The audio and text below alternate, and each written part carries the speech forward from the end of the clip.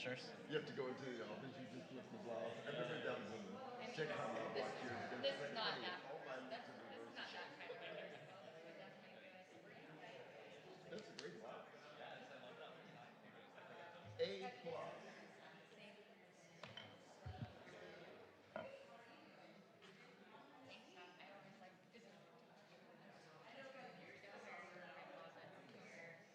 Well, you know what? I went to someone's house once. I was like, "Are you nervous?" She's like, "No." I was like, "Well, I'm not here to judge. I said, I'm not here to judge your closet." But once we started, she's like, "Oh my God, you're right. Yes, this needs to go, and this needs to go, and create a space." And also with people, like I'll bring trash back, put it to say sorry closet, and you're not the only trash right off you see, and it's free. Have you sold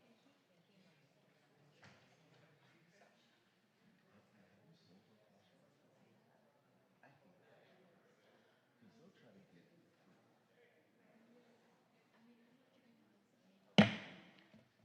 Public Safety Commission for March 20, what day we got here? 23rd, 2026 is called to order. We begin to acknowledge that the land on which we gather and that is currently known as the City of West Hollywood is the occupied, unceded, seized territory of the Gabrielino Tongva and the Gabrielino Quiche peoples. Please join me for the Pledge of Allegiance and stand if you're able.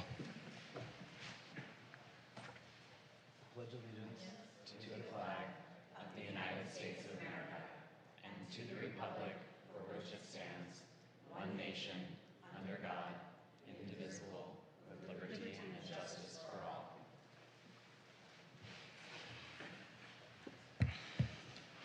May I please get a roll call, Commission Secretary? Commissioner Eng, Here. Commissioner Hallman, Here. Commissioner Pilarski, Here. Commissioner Post, Here. Commissioner Winnick, Vice Chair Blau, Here. Chair Harrison. Here. We have a quorum. Thank you. Are there any changes to tonight's agenda for March 23rd, 2026? Do I have a motion to approve the agenda? I will move to approve the agenda. A second? Second. Thank you. May I please get a roll call, Commission Secretary? Commissioner Eng, Aye. Commissioner Hallman, Aye. Commissioner Pilarski, Aye. Commissioner Post, Aye. Commissioner Winnick, Aye. Vice Chair Blau, Aye. Chair Harrison. Aye. The agenda is approved. Item 5 on the agenda is approval of the minutes. Do we have any changes to the minutes from February 23rd, 2026? Not any changes, but I just wanted to bring up, I know normally commission minutes are shared with the council afterwards, and I just wanted to flag for staff, I did not see the public safety summary in the commission updates with city staff, so just flagging that. I think it's important that those minutes are always given there, and appreciate your work.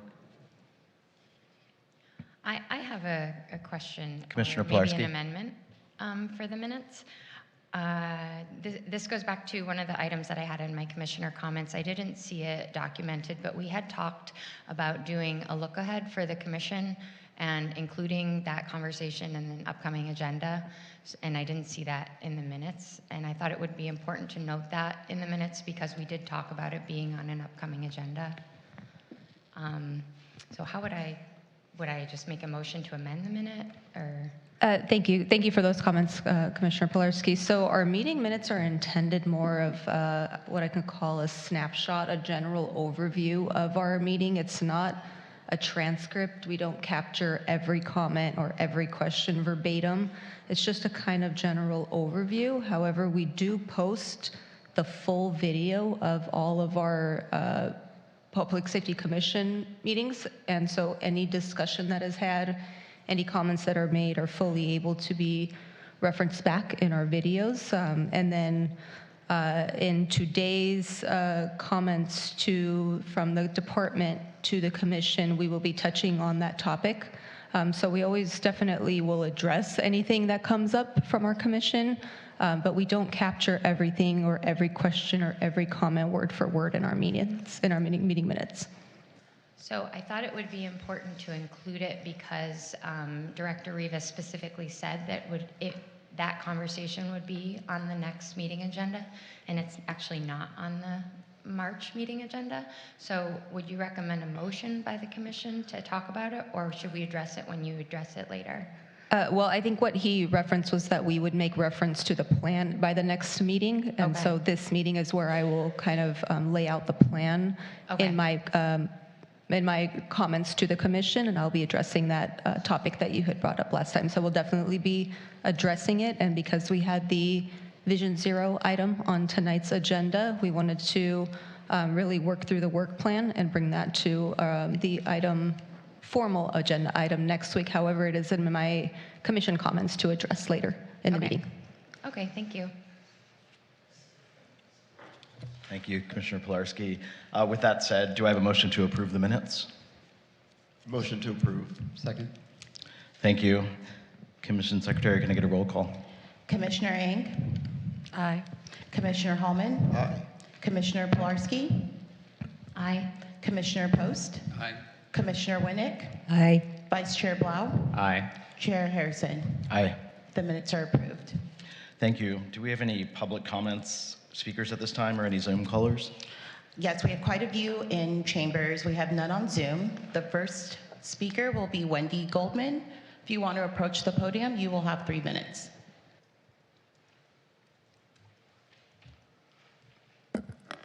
Good evening, Commissioners. Wendy Goldman, West Hollywood.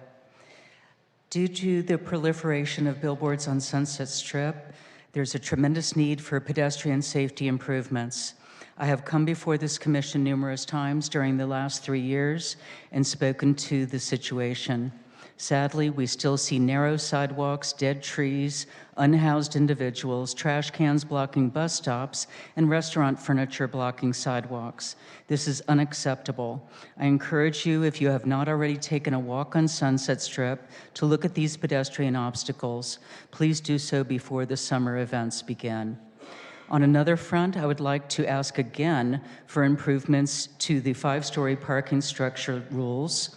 Last week, I came 30 minutes early before the Planning Commission meeting and drove through the entire structure to the very top level where there were no parking spaces available. However, there were numerous people backing into parking spaces and large vehicles taking several minutes each to juggle into the parking spots that were not designed for such large vehicles. This is unacceptable also.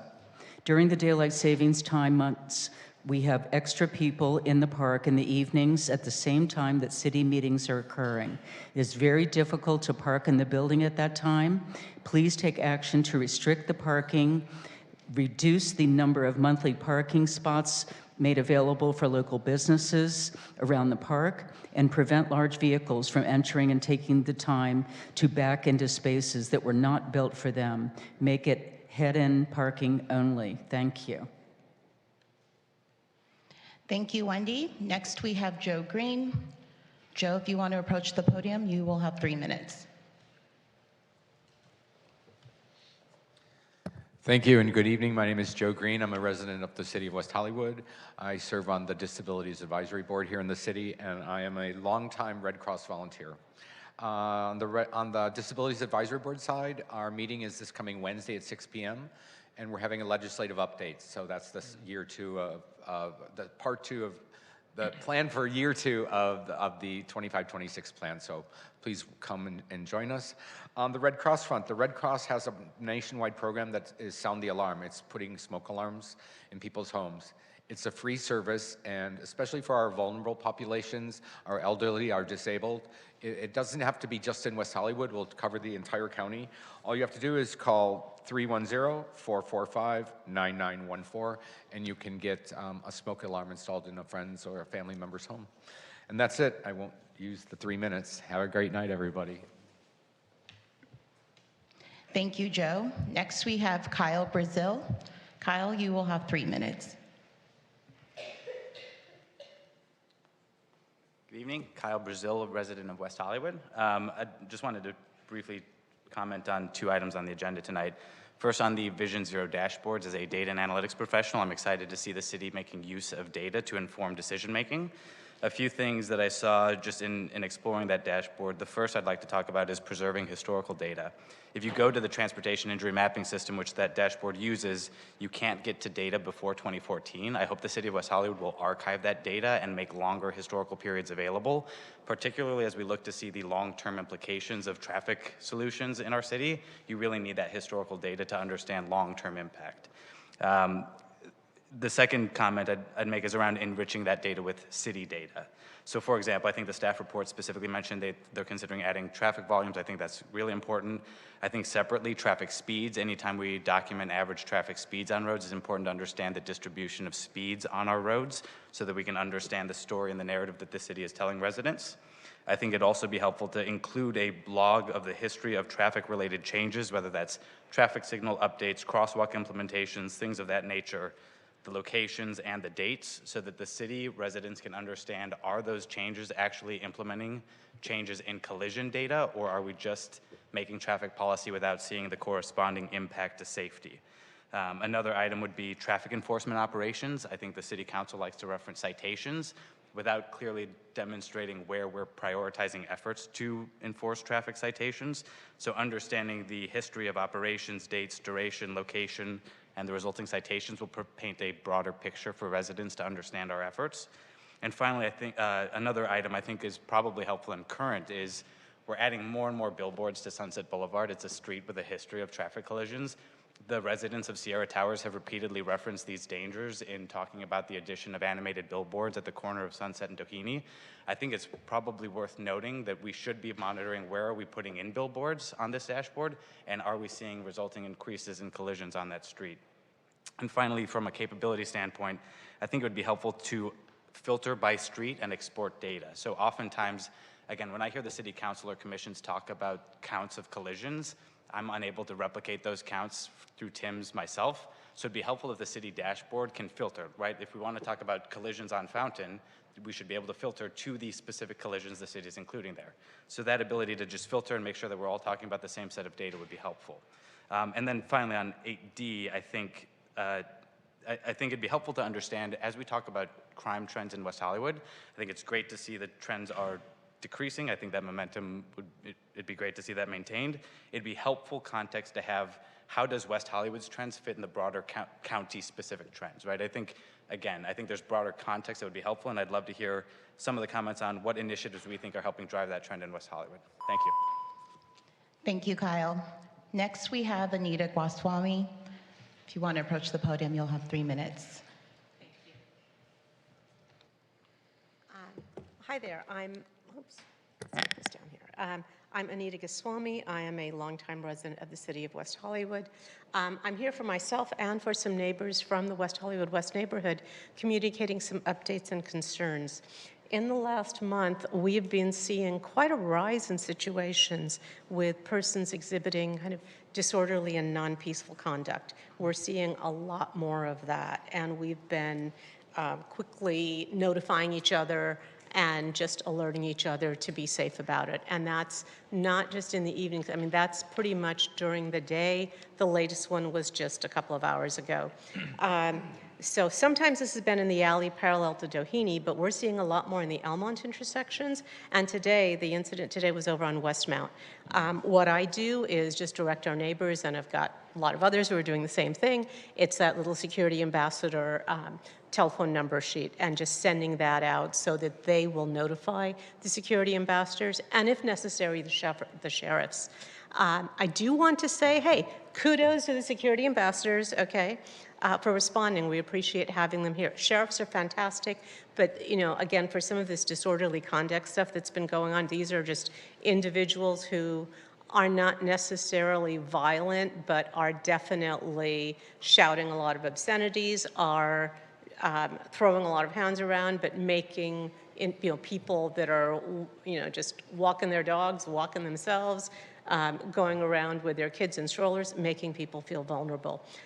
So again, we appreciate having the security ambassadors around. We've also seen that there have been some patrols bicycling our streets, so we really appreciate that. One other item, and someone reminded me of this, there's crosswalks that are lit that are both on San Vicente at Rosewood, and there's another one on Robertson. Those actually work well. Having that lighted walk is great, and I walk a lot, and many of my neighbors do. I mean, that's what we do in this neighborhood. That's what we love about West Hollywood. So that is working well, and I just wanted to communicate back something positive, a few positives as well too, as well as raise the concern that we have. Thank you so much for everything. Bye-bye. Thank you, Anita. Next, we have Stephanie Harker. Stephanie, you will have 3 minutes.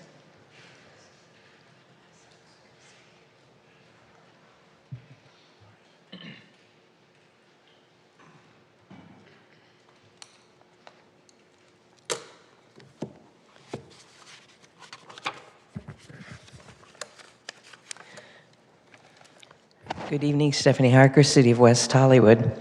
I'm genuinely sorry to hear that Commissioner Pilarski was in a bike accident on Romaine the other day. This really is one of the good reasons that we should study other streets for bike lanes.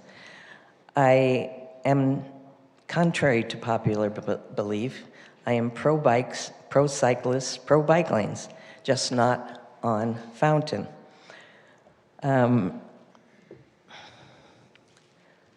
I feel on Fountain we need safety for all, for cyclists, for pedestrians, and for drivers, but especially for pedestrians. I'm anti-bike lanes on Fountain for several reasons. One, I forgot my glasses. What can I say? Because I do not believe they would actually make Fountain safer, and particularly for the pedestrians, who will have to wait for 3 years and $40 million to be raised before the ADA sidewalks can be installed. Pedestrians have no other viable alternatives if they need to traverse Fountain safely. Drivers and cyclists do have other ways and viable ways of traversing the city from La Cienega to La Brea, safer ways. And there'll be 210 drivers who have parked their cars along Fountain are being directed to park at the Crescent Heights Santa Monica Boulevard city lot. There are only 66 spaces there. That will leave 144 drivers circling the side streets and hoping to find a parking place in an already densely parked area. And then they will be expected to walk home at night or morning in the heat, in the rain, with their families or their groceries or whatever they need to carry. That would be 365 days a year. And I'm not even sure they'd be allowed to leave their autos safely in the Crescent Heights lot.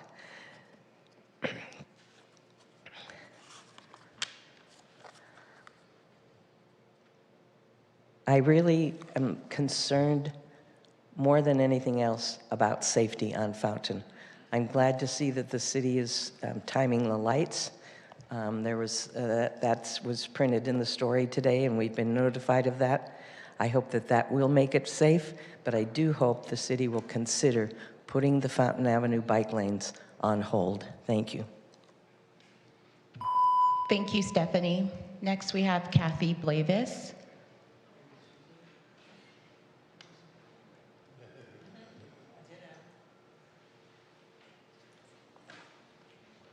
Good evening, Commissioners. Kathy Blavis, City of West Hollywood.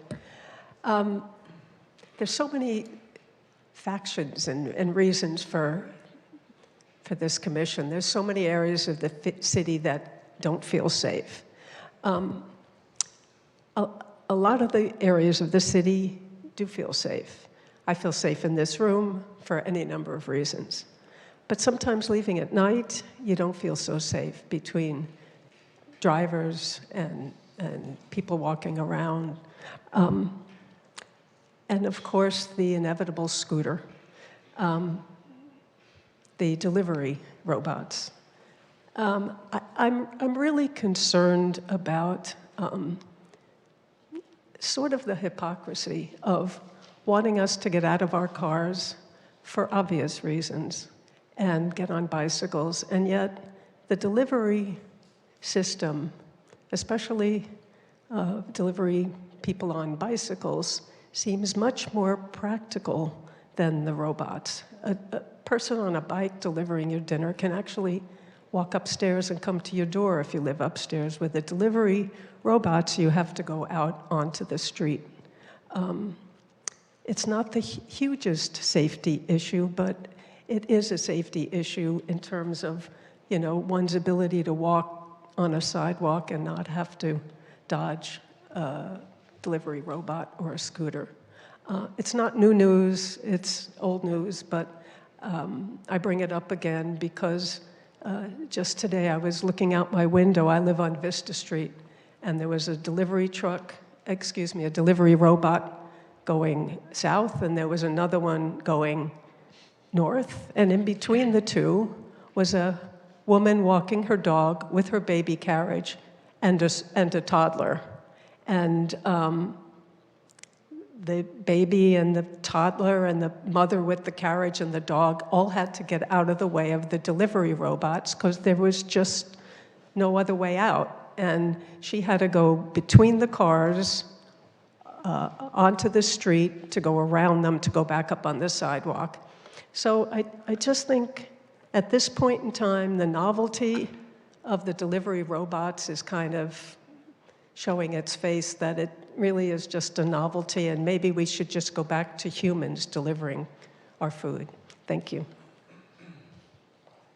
Thank you, Kathy. Next, we have Michael Basidi.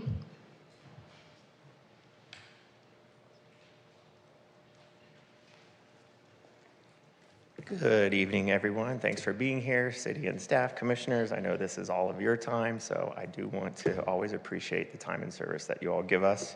Michael Basidi, I live in Center City. I'm here to talk about a public safety issue specifically for some of our more vulnerable residents in the city. Every week I volunteer at food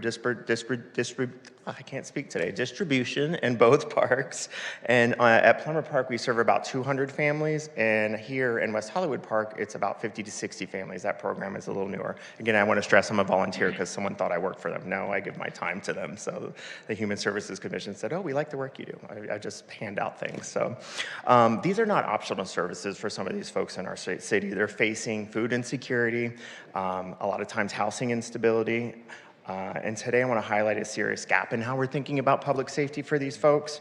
So while we're operating these distribution centers outdoors, we're opening cooling centers. And so the distribution is happening outdoors right now. So there's a little bit of a gap here, right? One of our volunteers that signs people up for CalFresh happens to be pregnant. Our iPad started overheating last week because of the heat, and we couldn't register people, so it's causing some real pains, not to mention more volunteer hours because we want to put people in the cooling centers for the 3.5 to 4 hours that we're distributing. So this isn't just an inconvenience, it is a public safety issue. The line gets very long, particularly in Plummer Park while they're waiting. Again, these critical services are very needed, and we are seeing a declination when people are showing up because they don't want to stand out in the heat, right? And so we invest significantly into events, amenities, public programming, millions of dollars annually, and I really want us to consider protecting people who are experiencing these food insecurity, and then our unhoused community as well. 3 simple things we can do: provide access to indoor activities. When we're opening Cooley Center, it's a common sense thing, I think, that we could move some of these services indoors so these folks still get this reliably. We're there rain or shine, so when it was raining, they were nice, and we did get to go into the aquatic center area. Second, coordinating with community partners, they're really essential. Services can operate safely and reliably. If you're going to put us outside, maybe assign a paramedic or something to us, in case there is an event. Luckily, we haven't had an event yet, but the summer months are upon us.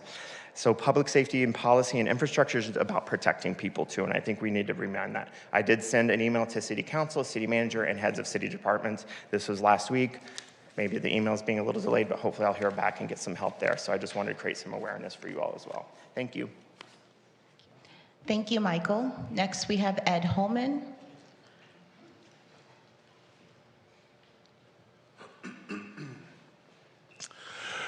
Good evening, members of the commission and neighbors. My name is Ed Holman, 30-year resident and block co-captain for Neighborhood Watch Gelson Heights. I first want to thank Commissioner Post for coming to walk through our area. We did walk through this last week, and we spoke about the concerns of the street and what we feel needs attention. And I'm here to speak about one of those concerns, a growing public safety hazard in our city streets, the Euphorbia turquoise fire stick plants, also known as pencil cactus. While these plants are drought tolerant and aesthetically striking, they pose a significant chemical threat to our residents and our pets. Most people don't realize that this plant is filled with a highly toxic, milky latex sap. If the branch is accidentally snapped, the sap can cause severe skin blistering and chemical burns. Most alarmingly, it is the sap makes contact with the eyes that can cause temporary or even permanent blindness. For many dog owners in our neighborhood, this risk is even higher. A dog simply brushing against a broken stem during a walk can result in a debilitating skin irritation and severe illness if ingested. I'm asking the city to take 3 steps. Identify fire stick plants located on city-owned property and parkways and replace them with non-toxic native alternatives. Issue a safety advisory to residents and property management teams regarding the danger of this plant. Encourage private property owners to consider removing these plants if they are overhang public right-of-way where they can easily be broken by passerby. Public safety isn't just about crime or traffic, it's also about ensuring our physical environment is safe for everyone who shares it. Let's act now to remove this hazard before another neighbor or another pet severes a life-altering injury. Also, I made a comment on WeHo Online regarding bike lanes. Back in the 90s, I used to work at Mickey's, and when we were on the sidewalk, we had a poker-sized table with 4 chairs and a chain link fence separating the tables and chairs from the sidewalk, and that was our patio. Nowadays, I see patio furniture on the sidewalks coming from these bars. If we took back some of the sidewalks that these restaurants and bars are taking, we could make wider bike lanes on Santa Monica Boulevard. Let's take back some of the sidewalks from the bars. Thank you. Thank you, Ed. Our next speaker is Helen Krieger. You will have 3 minutes. Hello, Helen Krieger. I'm a West Hollywood resident, and I'm a commissioner with the Transportation and Mobility Commission. I'm your liaison, so here to give you a report from our last meeting, which was last week. The big thing that we got an update on is the personal delivery devices. These are the robot delivery devices. There was a new contract that just started January 1st of this year, so we were given information about it and asked to provide comments on it. And we also heard public comments on it. I don't think we heard any incredibly enthusiastic comments from anyone, but I'll just give you some of the facts that we got. They can operate between 8 a.m. to 10 p.m. And if you are in a situation or see someone in a situation where they're blocking the right-of-way and they're not moving out of the way, they are supposed to reverse until they completely move out of the way so that there is the full 36 inches for people to pass. If they don't do that, you can go on the city's app and start a new request, and all the way at the bottom is to make a request about the delivery robots, the personal delivery devices, and they're supposed to respond to those within 30 minutes, and if they don't, they get fined, and the series of fines goes up, and if on the app you report that it's an ADA violation, if you are in a mobility device or a wheelchair, then the fines start at like $450 and go up. So definitely report that. If you don't have a smartphone, you don't have the app, the WeHo official city app, there is a phone number on the machines. There are 2 vendors in WeHo, Serve and Coco. Serve are the green ones, the number is on the back, and Coco are the pink ones, the number is on the side. And right now, both of them can have a maximum fleet of 40 robots each per day in the city, and right now Serve has 40, while Coco has 10. And then all of these robots are piloted by humans somehow. And so the Serve has 1 human pilot for every 6 machines, whereas Coco has 1 human pilot for every 1 machine. So big difference. And a commissioner asked if we know if the humans piloting the machines are making minimum wage, and staff didn't know and is looking into it because these are tech companies with international workforce bases, so that's an important question. I agree with Kathy. I also made a comment during the meeting about people on bikes delivering maybe instead of so many robots, but that is my update. Thanks, guys. Thank you, Helen. And our final speaker is Rukmini Ghosh. Sorry if I butchered that. You have 3 minutes. Hi, I'm a resident of West Hollywood, living near Fountain Avenue. I choose to live in this community because of its strong commitment to public safety and the well-being of its residents. Due to medical reasons, I rely heavily on walking as my primary mode of transportation, which makes feeling safe in my neighborhood especially important. I'm here to report a serious and ongoing public safety concern. On 2 separate occasions, I have observed the same individual engaging in explicit and inappropriate behavior in public, specifically openly self-stimulating. These incidents have occurred both near a local park and in close proximity of my apartment building, where there is also a daycare facility close by. This behavior is extremely disturbing and possess a serious concern, particularly given the presence of children in the area. I have already reported this to the Sheriff's Department, but I'm reaching out to request additional attention and action to address this issue. I would greatly appreciate any increased patrols, investigations, or intervention that can help ensure the public the safety of residents and families in this neighborhood. Thank you. Thank you. And that is all the public comments. Thank you, Commission Secretary. It seems that we have no unfinished business this evening, so we're going to move on to item 8A, which is WeHo Target Vision Zero's draft crash dashboard presentation. It will be provided by the city's Transportation and Mobility Division. Welcome. Good evening, Commissioners. Just give me a second while I get set up here.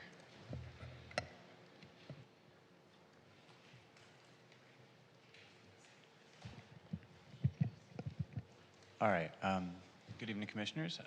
My name is David Fenn. I'm a senior planner in the city's... Oh, sorry, apologies. Good evening, Commissioners. My name is David Fenn. I'm a senior planner with the city's Transportation and Mobility Division. I'm joined this evening by Director Helen Collins and Transportation Manager Tamar Fuhrer. And we're here to give you a brief demonstration of the city's draft Vision Zero dashboard. This is the same link that was included in your staff report, but I can walk you through some of the features. We did share this with the Transportation Commission. Sorry, we're just trying, excuse me for the interruption, we're just trying to get this onto our screens. We're not seeing your presentation. I don't think our necks can take that. Sorry to interrupt you. No problem. It's a link in the staff report. Are we able to pull that up on the internet? Question to staff. The link is not provided on the agenda. It was just the staff report. The link is in the staff report. Are we able to pull it up on the internet? Or no? That's what's on the screen. But right on now. our screen? I think Olivia's working on okay. activating that. Sorry, yes.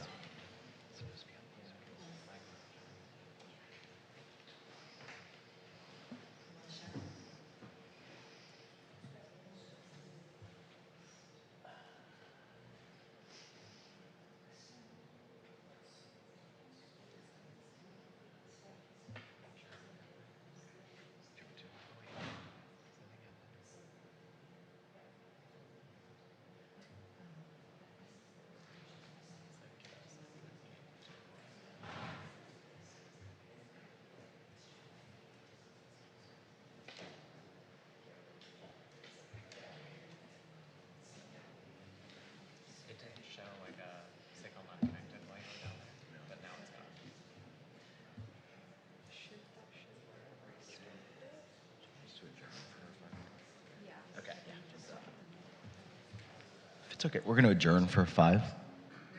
Thank you.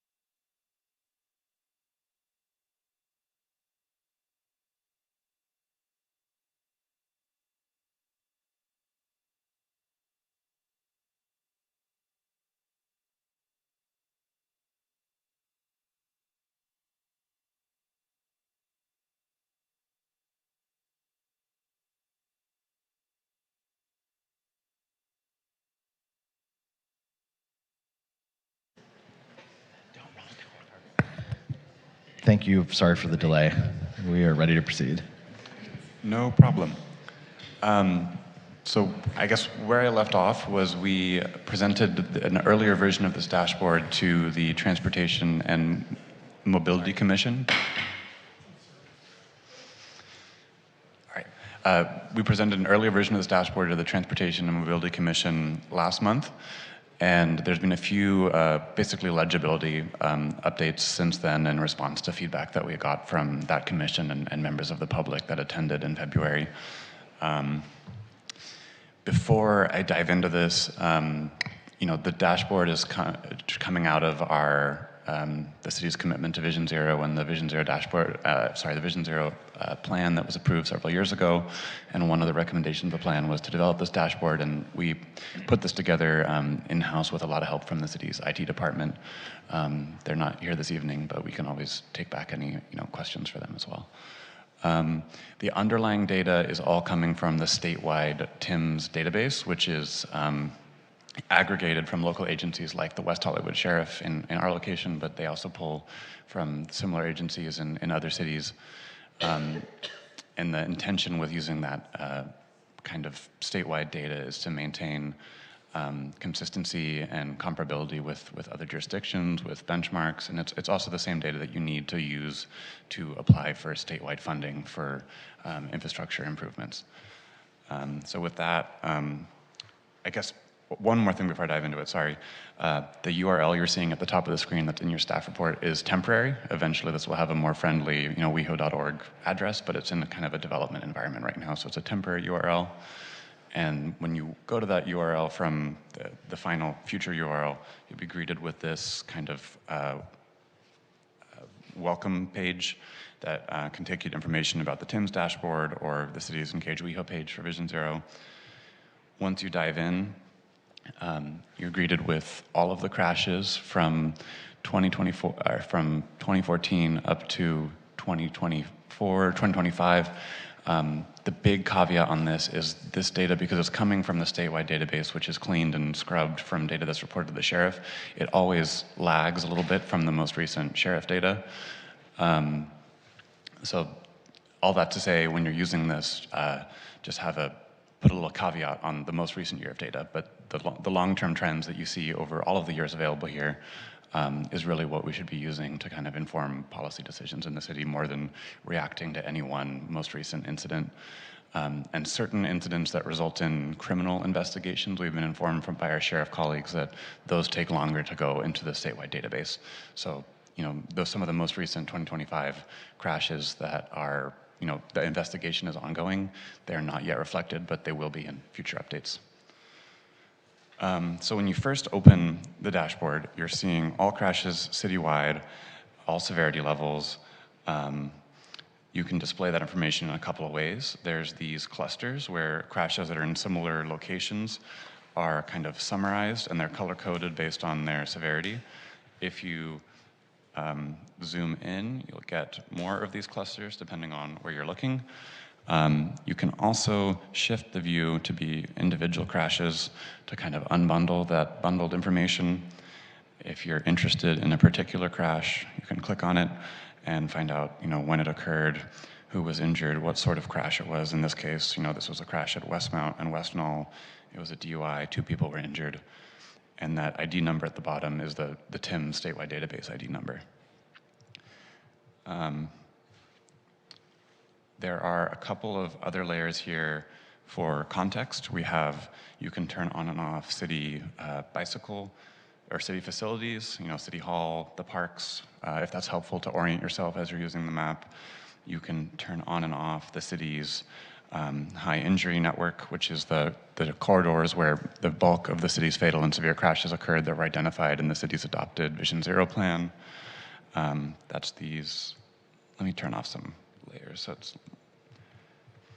on the left here, you're toggling by crash severity. So right now I have all types of crashes, but let's say I wanted to narrow it down to only fatal and severe crashes.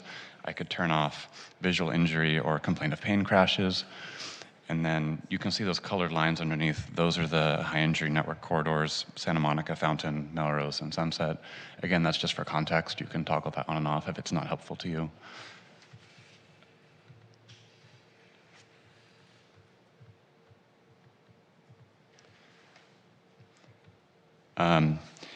Everything about this dashboard updates in real time based on the filters that you have selected. So right now I'm only showing fatal and severe crashes. You have these tallies at the bottom of different types of crashes that are visible. There's also these charts that are updating in real time. So, in this case, we're seeing that of the fatal and severe injury crashes, no surprise, the majority of them are occurring on Santa Monica, Sunset, Fountain, and then a pretty steep drop off, but then Melrose is next. These other charts also update in real time, the intersections where most of whatever you have selected occurs, the trends in terms of vulnerable users involved, pedestrians, bicyclists, motorcyclists, and then the overall yearly trends. And a similar way that we can filter it, just like I did with only showing fatal and severe injury crashes, is you can narrow that down further by years or times of day. So, perhaps I'm interested in only the last 5 years of data. Doing that would further narrow it down. All these numbers go down, all these charts adjust again. You can do the same thing by time of day. Perhaps you're only interested in evening crashes. I've just narrowed it down to only after 6 p.m. And then we don't have a ton of crashes selected right now, so I'm going to select add injuries back. But you can also sort them by, these are the emphasis categories from the Vision Zero plan. So, crashes involving a bicyclist. If I select that, it narrows it down. Again, I only have, after 6 p.m. and the last 5 years of data. So with that many filters on, you're not looking at a lot of crashes, but as you turn those off again, if I open it back up to all years and all times of day, you get, a lot more bicycle crashes, obviously. You could also, there's another filter for pedestrian-involved crashes, motorcycle, unsafe speed, DUI, and occurring at an intersection. Yeah, so those are all of the filters. I guess one other thing, the colors here, the red crashes are fatal, the orange is severe, and the yellow is visible injury. The other one is possible injury or complaint pain. There is another category in the statewide database that we did not include here, which is property damage only. Those are very minor fender benders.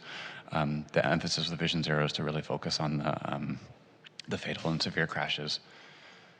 It was mentioned in your staff report that there are a few things that have been suggested for possible future additions, things like possibly including the traffic volumes on these streets. There's an updated, the city is in the process of collecting new traffic volumes. Eventually that'll likely be in a GIS layer that could be added to this fairly easily.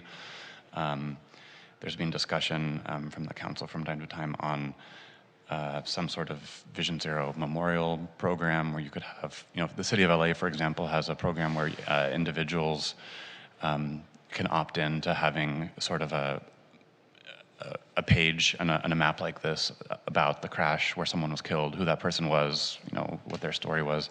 It's an opt-in program. That's not something we're definitely doing, but it's something that's being discussed and that LA does. The other thing that I would love to get into a dashboard like this eventually would be the safety improvements that the city is doing. Things like when we're going in and adding lighted crosswalks in places, it'd be great to add those over time. This was produced in-house by the city's IT department, and there's one person in IT who does GIS. We're very excited that he came on board recently and was able to put this together, but there is limits on his time and a long backlog of GIS work from around the city to do it, so I don't want to make any promises for when there'll be updates to this. In terms of the features, we do plan to definitely keep updating the data as it's available, but future additions in terms of other features would probably be in some time from now when we get, as we work through the backlog of GIS work for IT. But that's kind of what we're thinking about so far. there's, I guess, one other feature that I didn't show, and that's you can also summarize the crash information as a heat map with this toggle up here. And for first-time users, there is a help function that kind of explains some of the interface in terms of, clicking on crashes to interact with data, the dynamic updating of the charts and what's visible on the map, and how to interpret the cluster icons. We do expect to make changes to this over time in terms of how to get to it and the URL. I think I mentioned that already. But yeah, I'm happy to answer any questions or go through this in any more detail if it would be helpful. Thank you, David. Commissioners, any comments or questions? Please. I have a couple questions. One, I'm to put it right out there, I'm a bicycle rider. I also drive, I also walk a lot, but I ride bicycles. I ride people-powered bicycles. When I look at this and I see that we have bicycles and we have motorcycles, how are we classifying e-bikes that have power so you don't even have to pedal them? To me, those are motorcycles, but I don't think that they're being treated that way, and I would like to know. So my assumption is those would be classified as bicyclists, but we can check with how the sheriff is noting that in their traffic reports that feed into the CHP report to the statewide database to confirm. I don't want to give you wrong information on that. And the reason I ask is that people who actually ride bicycles have a different safety profile than people who hop on these little power bikes and go racing down the street. I mean, I've almost been run over by several. So I think it would be good to be able to distinguish on a more granular level what kind of transportation people are using. Similarly, how are we identifying scooter accidents? So both scooter accidents are similar to e-bikes. Tamar is telling me they're classified some discretion in terms of the officer that fills out the police report and how they handle that. But bicycle is often a category that is used. There is no scooter category in the statewide database, unfortunately. And that is unfortunate because, again, people who are riding scooters, particularly people who are just grabbing a rental scooter, have a different safety profile, I believe. And I think that it would be nice to be able to verify who is doing what so we can be a little bit more precise about what we are doing to promote safety among the different media. So we are a little bit limited in terms of what we're displaying here is all coming down from a statewide database. So we don't locally have the ability to mandate changes to how they collect and share back that information. I do know that the sheriff we do track locally citations of scooters, but we don't have any ability to require changes to the state database. I don't know.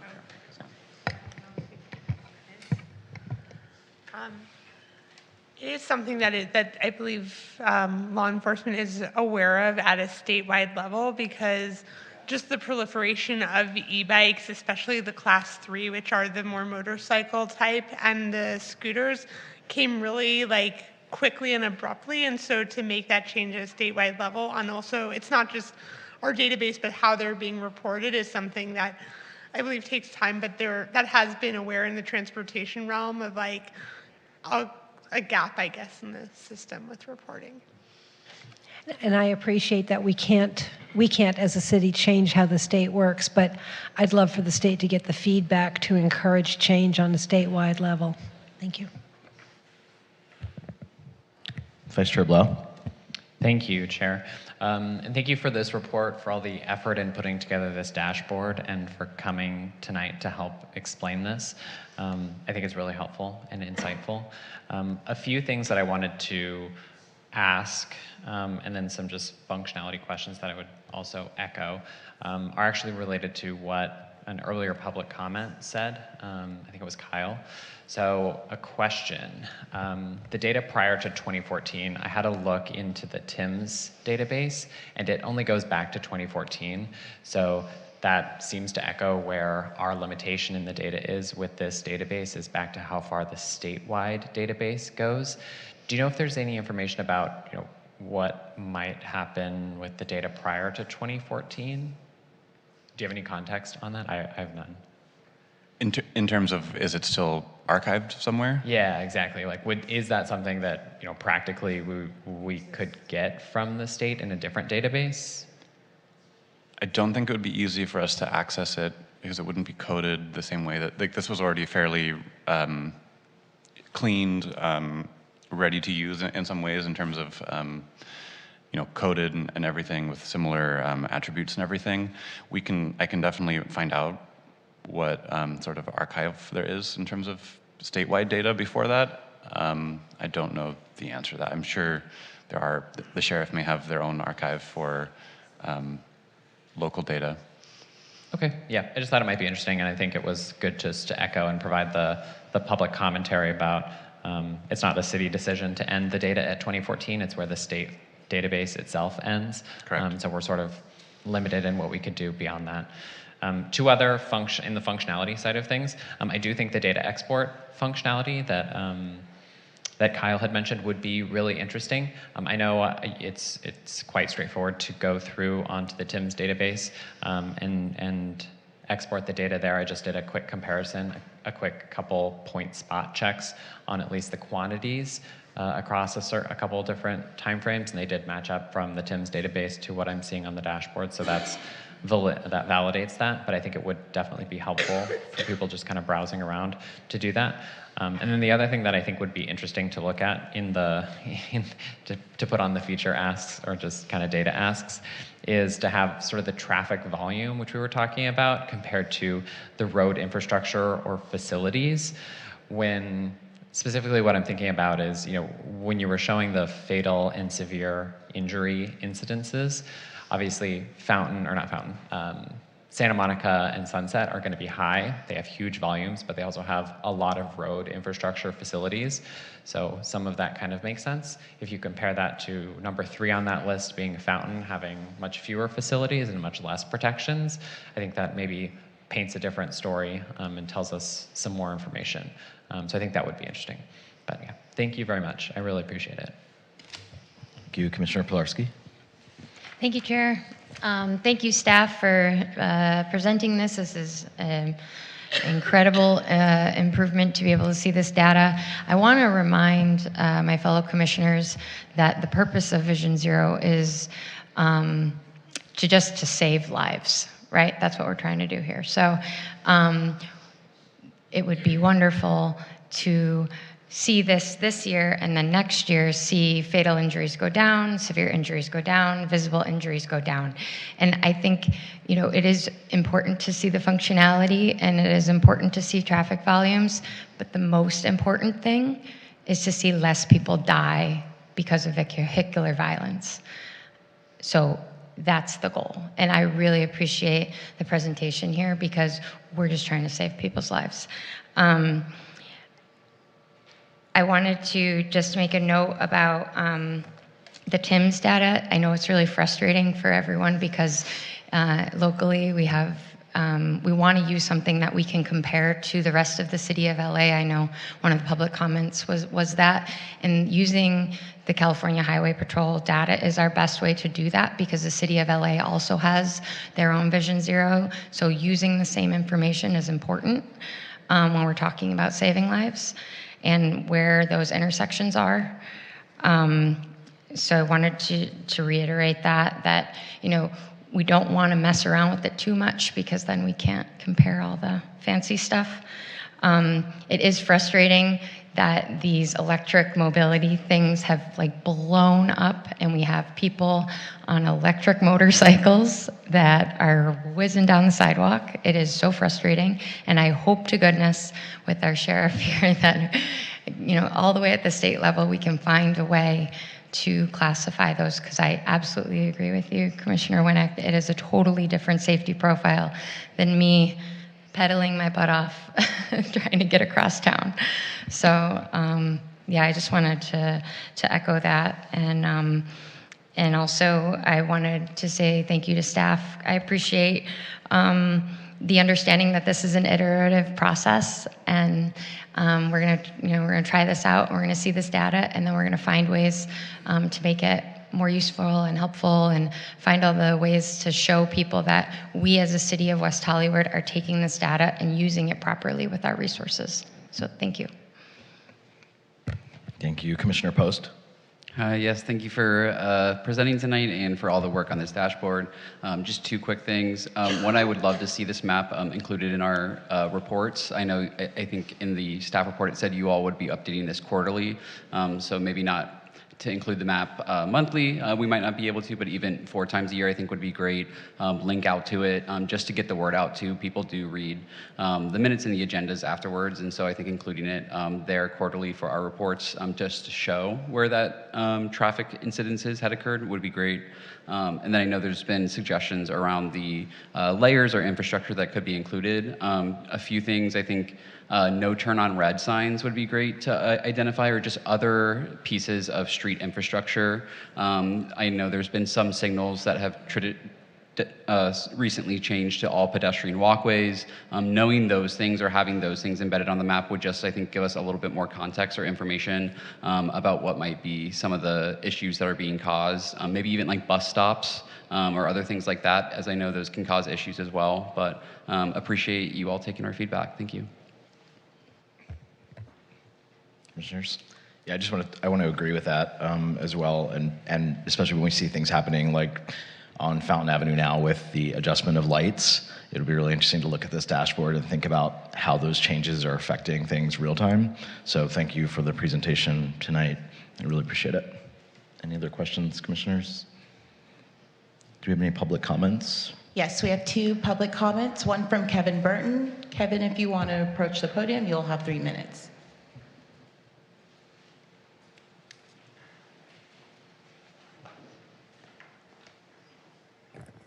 Kevin Burton, City of West Hollywood. I want to firstly thank staff for their efforts in putting together this dashboard. It's both transportation mobility staff and IT staff as well. This is a great step forward for the community, as well as informing themselves. I do have a couple comments, however. Firstly, I would take a little issue with this term real time that's being bandied about this evening, because the CHP database is at least a year out of date, sometimes more. And so this information slowly makes its way up to Sacramento and then is available for a dashboard like this. So I think that should cease. People should know it's well out of date. And an example of that is last year, Blake Ackerman on a bicycle was killed in Fountain Avenue. That's not in the database yet. And at the same time, just a month before, a bicyclist was hit, severely injured at Spalding on Fountain. 2 months before that, bicyclist was hit, severely injured at Gardner on Fountain. None of that's yet in the database. And cutting off at the Timms timeline is not taking into account that this commission receives more timely reports from the Sheriff's Department every month. And for the community, never mind the formal analysis, for the community to understand the carnage that's occurring on our streets, it's important to be right up to date, at least the month. So I would strongly recommend that this dashboard at least have a link to all of the monthly reports provided by the Sheriff's Department. There's a web page with a brief description of what's available there. Because the Sheriff's reports also report the circumstances of the crash, where fault was assigned. The Timms doesn't do that, and we want to know what happened. And they're very useful, and all of you see these every month. And to Commissioner Winnick's comments, the electric scooters are distinguished from bicycles in the reports you receive every month. And so that's another good reason to point the community members to that location. And a lot of decisions by the city and the community are based on events less than a year in the past. So we want to make sure the community knows about that source of information. Thank you. Thank you, Kevin. And our final speaker is Kyle Brazil. You will have 3 minutes. Kyle Brazil, City of West Hollywood. Just want to clarify 2 comments. On the archival of data, just a few months ago when the City Council was talking about this in September of 2025, the data went back to 2013. So I believe TIMS simply rolls forward the available data. So what I would ask the city to do is, number one, it would be great if you can get that archived data. It's in the same format, same database structure, same underlying format. It would be great if we could add that to this data. If that doesn't happen, what I'd ask the city to do is archive this data on our records so that in a few months, we don't lose 2014 and start from 2015. So there is data prior to 2014, and I would just ask, let's maintain the longest history that we can.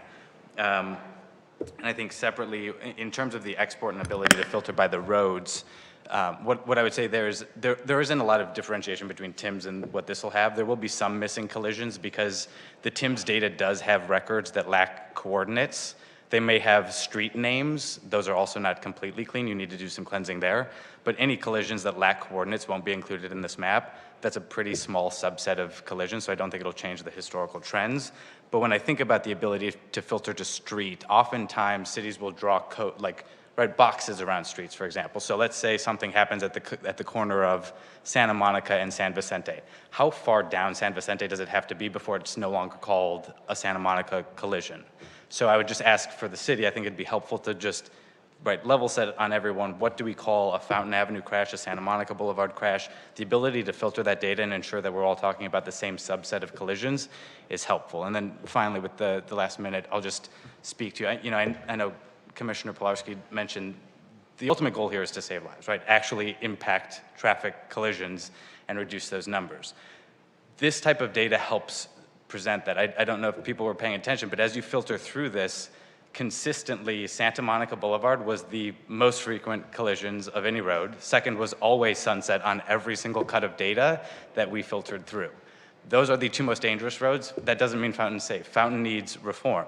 But let's use this data to orient ourselves where impact is possible and where we need to make efforts. The other thing I would point out is consistently, again, in every single cut of the data, pedestrians were the #1 vulnerable victims of these collisions.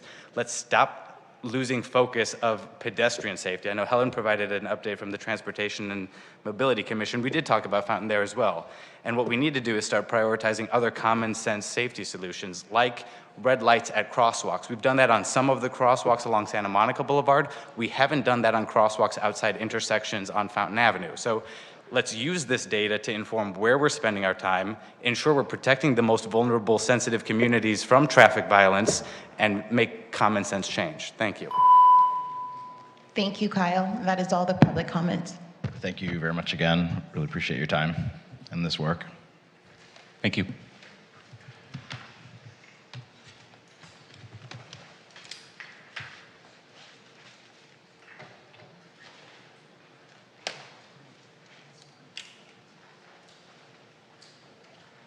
Next up, we'll hear from Captain Smith and Los Angeles County Fire Department. Welcome.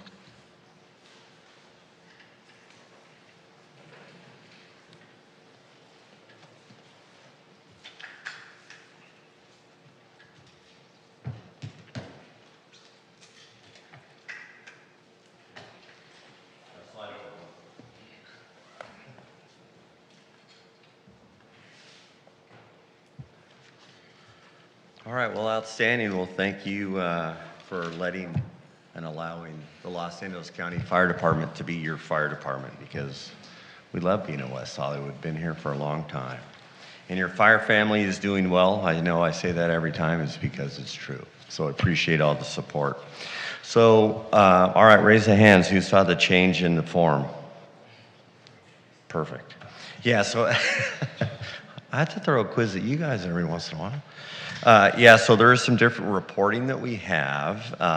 It's the same, but slightly different. So comparing 2025 compared to February 2026 is what you would ask for. There's a few things that are different. One that comes from the hazardous conditions. We have a rescue column now. But just looking at our total call volume in 2025, we're at 616 and 621 in 26. So a difference of 5. Fires, though, this is what I thought that was very positive. In 2025, we had 26 fires and only 8 for 2026. So quite a difference there of 18.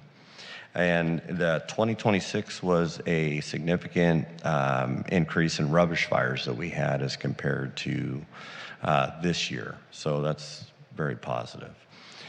Medical calls, 427 compared to 512, so a difference of 85. And we were right the same with the really equal-ish with the amount of advanced life support compared to basic life support. With that, we transported 329 last year in February and 327 this year in February. We had 0 hazmat calls for both years, and we last year had 6 hazardous conditions calls, and once again, those are like power lines down. Somebody calls in and says a utility line or something that may be hazardous. And now the new column for just a different component is the rescue calls. And I'll give you an example. That might be somebody stuck in an elevator, something like that, or possibly a cat in a car or something. So just something like that. Let's just say that didn't provide any medical treatment. It's just something that needs a rescue. We had 12 service calls in 25 and 17 this year. Good intent was 143, so it was up last year as compared to the good intent calls for this year at 79. And I always say to this, I like the good intent calls. That means people are paying attention. They're calling for your fire department, your sheriff's department to come and investigate what the nature of the emergency is, and we can provide the right outcome for whatever it is. So I really appreciate the good intent calls. So you see something, call 911. And then just going back to the rubbish fires, which was noticeable, was last year we had 21, and then what was identified for February was only 1 for 2026. So that was very nice to see, because I've always talked to, as well as those rubbish fires transition into larger fires. But your West Hollywood firefighters, the quick actions they take, keep them small, and that's what we want to have happen.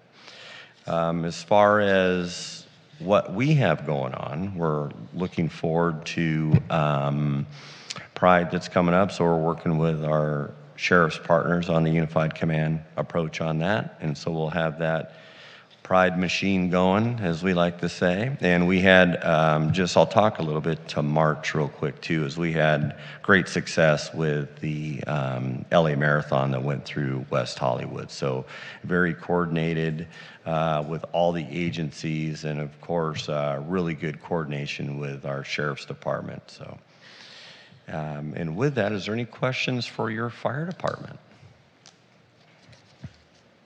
Commissioner Pilarski. Thank you for the presentation of the new report there. I had a question that came up with a couple neighbors around the type of vehicles, the type of vehicles that get dispatched for which call. So in particular, the ladder truck, they were wondering. So are there, I'm not sure how to ask the question, but like, I guess, when would a ladder truck be dispatched versus just a regular truck? So that is a great question.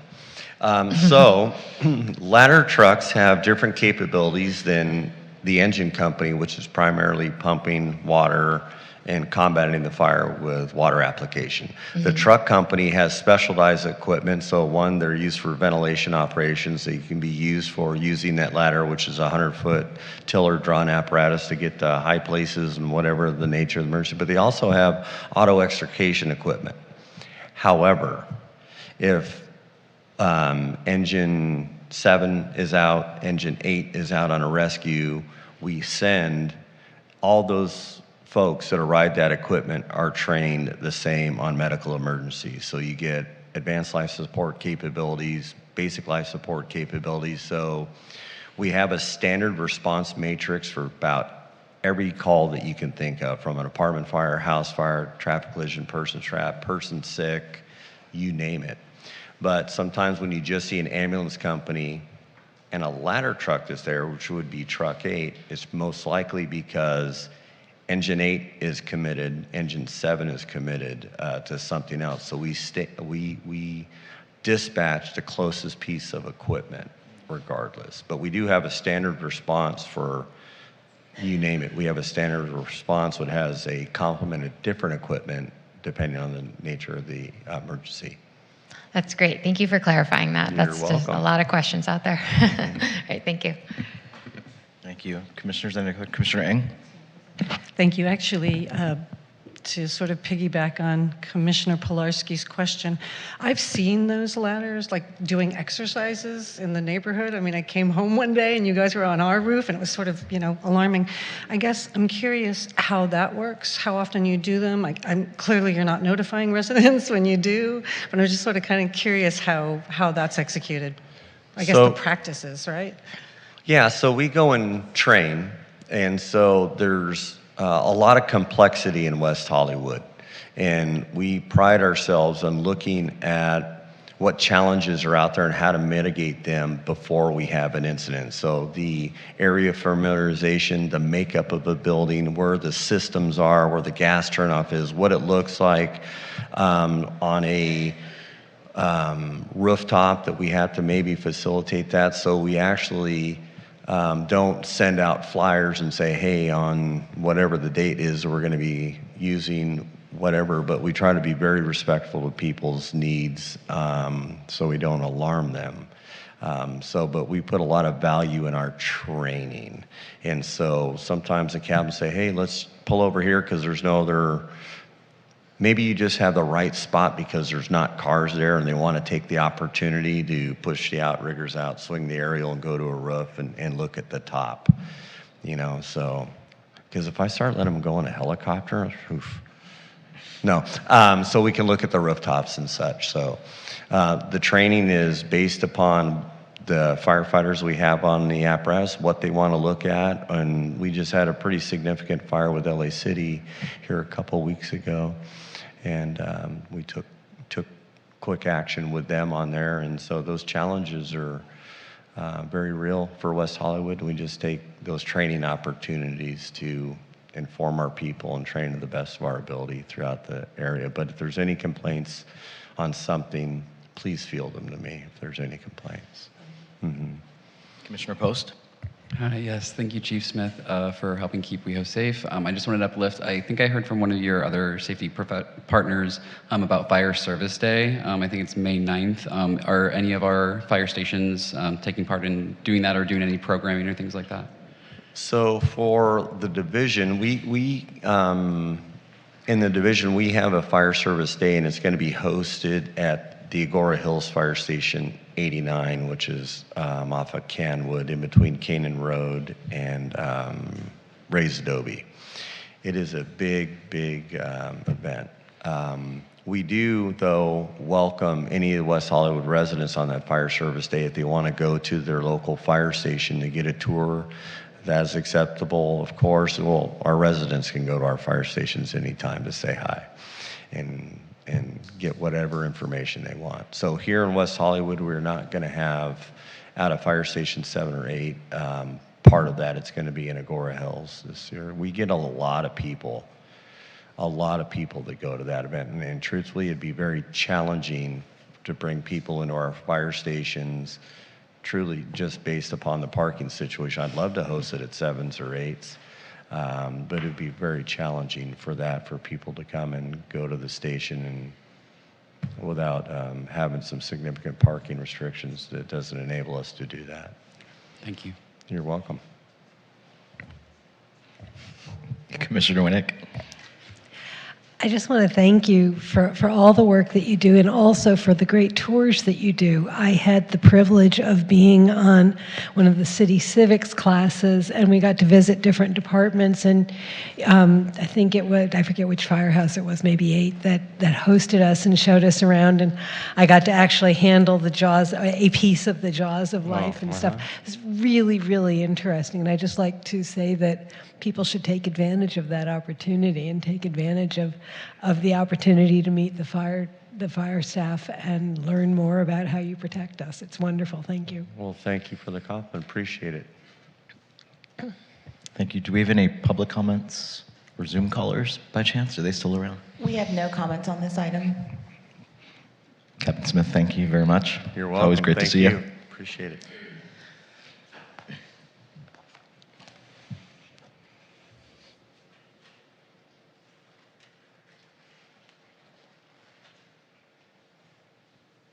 We'd like to welcome our friends at Allied for their update on February's activities. Welcome.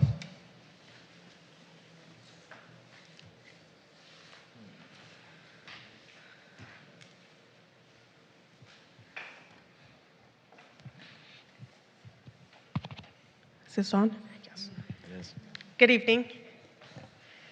Thank you for the opportunity for having us here to be able to present the Security Ambassador activity for February. Overall, we did see a shift in activity levels across several categories. For hospitality assistance, we did have a total of 1,514 contacts. We had a decrease of 21% compared to 2025. For business contacts, that came in at 1,050. It did reflect a decrease of 70% when compared to 2025. On the enforcement and service side, we did experience notable increases. For the unhoused contacts, it did rise to 1,402, which was a 94% increase. For calls for service, we also had an increase with a total of 640, and compared to 2025, it went up by 59%. For our safety escorts, we did total at 94, slight decrease of 20% from 2025, while scooters and proper parking contacts came in at 146. We also had a decrease at 33% when compared to 2025. In partnership with public safety agencies for sheriff assistance, we had a total of 35 incidents, which was an increase of 75%. For EMS fire response, we had a total of 24, which was also a 60% increase. These increases reflect active coordination and appropriate escalation when higher level services were required. From a response standpoint, our teams are maintaining stronger performance. Our average response time was at 7 minutes. In addition, our team made 258 referrals to the Homeless Concern Line. For a staffing and readiness perspective, we are currently operating at 98%, while our training completion is at 100%. Thank you. At this time, I am available to answer any questions. Commissioner Pilarski. Thank you, Chair. Thank you for the presentation. I wanted to bring it back to one of the public comments here. So the suspicious person that's reported on here on the east side of Fountain, on the south side, it's a real thing, and I called, and I see the call here, and it looks like there was some sheriff assistance there, so thank you. And hopefully we can get some more foot traffic over there just to catch the person. The other item I wanted to mention is the improper scooter parking I wanted to have a quick conversation about that. So that's a allied ambassador that's going about their day, walking the streets, completing their rounds, and moving scooters out of the way. That's right.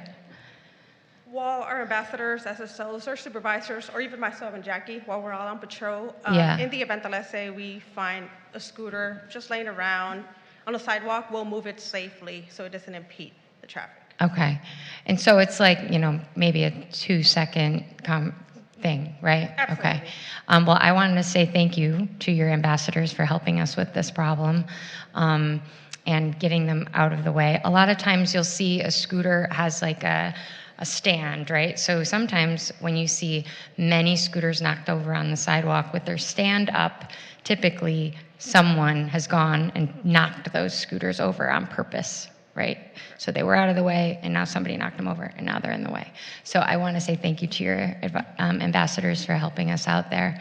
And I know that it's just a little of a bit of annoyance, but it's something that we're walking around the city every day doing, so it's not too much out of our way. Thank you. Commissioner Ng. Thank you, Chair. And again, I'm going to follow up on what Commissioner Pilarski just said. Valerie and Jackie, I mean, it seems that this person is known and he's by Plummer Park. Is it not possible just to notify that he needs to be looked out for? Because I know that you have the same ambassadors at the park, so is there no way just to familiarize them with this particular situation? Yes, that's actually a pretty good question. That is something that we do. We remind the team through briefings on every shift, and we advise them in the event that we do see the individual, no matter what shift or time it is that they saw him, communicate and contact any party that they need to. And he's known, right? We all know who he is. I'm not sure if we all know who he is. He's hard to catch because when you turn around to take a photo of him or anything, he's gone. Are you all familiar? I mean, you've had other reports, I'm imagining? Yes, yeah, correct. Okay, so there is some familiarity, yeah? That is correct. Okay. And then also, again, to follow up on what Commissioner Pilarski said, I have seen your guys moving, actually usually the men, not the women, moving the scooters, and I generally say thank you because I appreciate that they get it out of the way. Yeah, that's it. Thank you. Hi. I appreciate that you moved the scooters too. I wish you didn't have to. So I just want to be really clear that I still think that there should be others responsible for that, including the providers, but that's a separate conversation. I'm curious on the unhoused contact. Can you maybe define that a little bit for us here and the public? Because when I look at that unhoused contact number and that 94% increase, I'm actually surprised the sheriff assistant is only number 35. I mean, that to me is shocking just based on my own experience and sort of like, what does that contact look like? Maybe that'll help. It all depends on the escalation. Let's say the ambassador encountered an unhoused individual laying on the sidewalk. They verbally advised him whether he had to relocate to a safer location and we didn't need to call the sheriff. He took that verbal command and moved. Then we didn't have to escalate that. That was just an unhoused contact. Okay. And what we've heard before and in previous questions is that a lot of these same people are the people that you guys are asking to move again. Some of them are, yes. Okay. Got it. Understood. Yeah, I guess that to me is interesting. I had an experience, and this is just me personally, but I had an experience with an unhoused person. It was very sad, sort of banging her head on a electrical box outside of a restaurant that I was dining at, and you guys came immediately. You were incredible in how you were handling the situation. But then I think just for probably you received another call, had to leave the situation, and I just asked, hey, did you guys call CARE or someone, about this? And someone, and again, this is one individual that mentioned this, but he said, yeah, they take too long to get here. So I wanted to ask about that tonight, and if you've heard that just in response times. Has that been at all an issue for you, or was that a isolated comment maybe from someone who just had experience with them taking too long? Because this individual needed more intervention. Yes, sorry about that. That's yes. okay. We have a good partnership, and in the event that, let's say, 5 minutes have passed, 10 minutes per half, and we also have to understand they might be occupied with other things. It might be one of those days. Sure. So the team has been instructed to call, leave a voicemail, and call them back again in the event that, let's say, they might be busy on that day or night. Great. Yeah, and again, thank you for clarifying. It's just one incident, so Thank you, Chair. And actually, to follow up on what the Chair just said, I had a situation in which I had to call to help an unhoused community member. They actually came very quickly, but what was interesting is when I approached him to see if he needed aid, he asked me to call the CARES team, and I called you to call the CARES team, and I recognized later on, could I have just called directly? And would it have been faster had I done that? Like, I guess, what is the suggested protocol? To contact you or the sheriffs first? It all depends on the situation. Let's say it's an individual that's aggressive, you would want to call. Then yes, you could call us. Okay. That way our ambassador can keep an eye and follow protocol. Yeah, they all knew. He said to me, call CARES team, they know who I am. And I went and walked the dogs, I came back, and the truck, it was probably less than 30 minutes. And when I saw him, I said, oh, you're still here? And he said, no, they're coming. And I turned around, the truck, or the van literally rolled up. They said, hey, Anthony, how are you? And whatever. Where did they take him? Because they said, are you ready to go? And he said, yes. And I didn't hang out to see or to ask, but where was he taken? I wouldn't have the answer for that. It all depends what resources he took. Whether it was housing, medical, I wouldn't have the answer. And Commissioner Ng, just to step in to answer your question, yes, the community, you are absolutely allowed to call the homeless concern line directly. Like Valerie mentioned, if you feel like there's no safety concerns, but you're just more concerned with an individual who can benefit from resources, from assistance, from help from our human services team, I will share the number with the community, just so if anybody wants to call directly, they're more than welcome to. It is 323-848-6590. And like Valerie mentioned, they will, various requests, whether it's water, food, housing, medical assistance, depending on whatever the needs are, will depend on where and how they assist the individual. Thank you. Commissioner Hallman. Thank you, Chair. This is a service request question that I have. Director Rivas, it might be one for you as well. I know the city has implemented the 4-intersection crosswalk at San Vicente and Santa Monica Boulevard in the Rainbow District, which is amazing. I'm in the area multiple nights because I'm working, so I'll stand and watch, and with the implementation of the new change, it's completely chaotic. People don't know when to walk. They think they've missed the signal because obviously this is new. So people are trying to run across the street. I've even seen vehicles confused because there are, I noticed, red signs with arrows which let vehicles know when to turn right and when not to turn. But there's a lot of confusion, I would say, between the hours of like 10 and maybe midnight.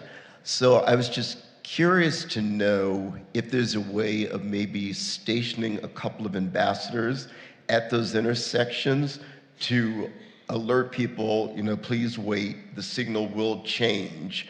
Because like I said, everyone's confused. And the signals do eventually change, but they're in a different cadence mode now.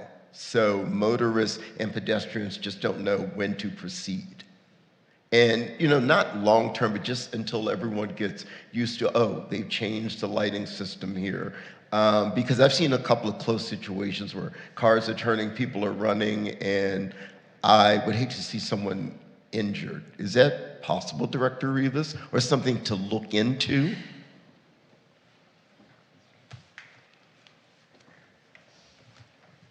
Danny Rivas, everyone.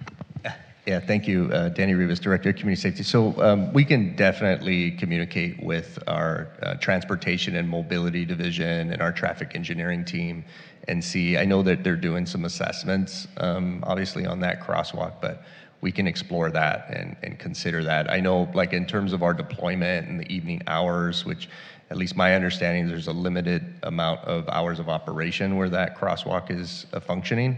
And so, if it is in the later part, certainly us placing certain ambassadors there pulls them from their normal kind of regular operations and duties, but it's definitely something we can explore. Okay, and maybe during the high traffic evenings, in the Rainbow District, there are times that are more peak times when there are a lot of pedestrians on foot and, vehicle traffic. Like I said, I've seen a couple of, close situations that I found concerning, and I feel there's got to be a way to mitigate this until everyone gets used to the new system. I think commissioners do. Commissioner Winnick. Thank you so much. And I want to, I live in West Hollywood West, and Anita Goswami, who spoke earlier, thanked, and I want specifically to thank the ambassadors for the attention and the quick responses that you've been giving to residents in West Hollywood West who've had an increasing number of homeless events and disconcerting individuals in the neighborhood over the last month. So we appreciate that very much. But it leads me to a question, and I should probably know the answer, but forgive me because I'm quite new to this commission. What is the protocol that you have for dealing with people who appear to be mentally disturbed? Because that seems to be a fairly frequent and difficult element for neighbors to deal with. So originally, we do call the homeless concern line. If we see that they're a threat to themselves or somebody else, we do contact the non-emergency to get assistance from the MET team, the mental evaluation team.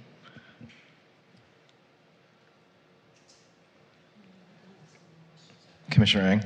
Jennifer, thank you. What are you attributing to the, I mean, it's almost 100%, right, between last year and this year. Is there a theory or a reason that you can state? Can you repeat that again? I'm sorry. There was almost a 94% increase in unhoused contact between this year and last year. And I'm wondering if there's an attribution or a reason, or if there's any theories about why it was such a huge increase. I could definitely look into that and gather the data for it. Yes. Thank you. Thank you. Do we have any public comments, questions at this time? Yes, we have one public comment. Stephanie Harker, if you want to approach the podium, you'll have 3 minutes.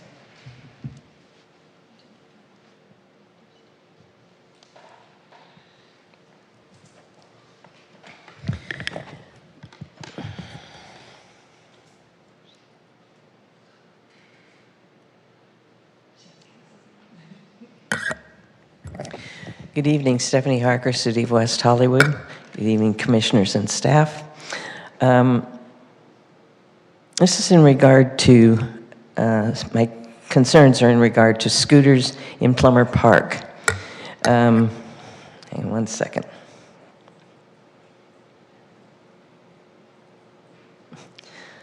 First it's my glasses, now it's not enough light. Okay, it's my concerns in regard to scooters in Plummer Park.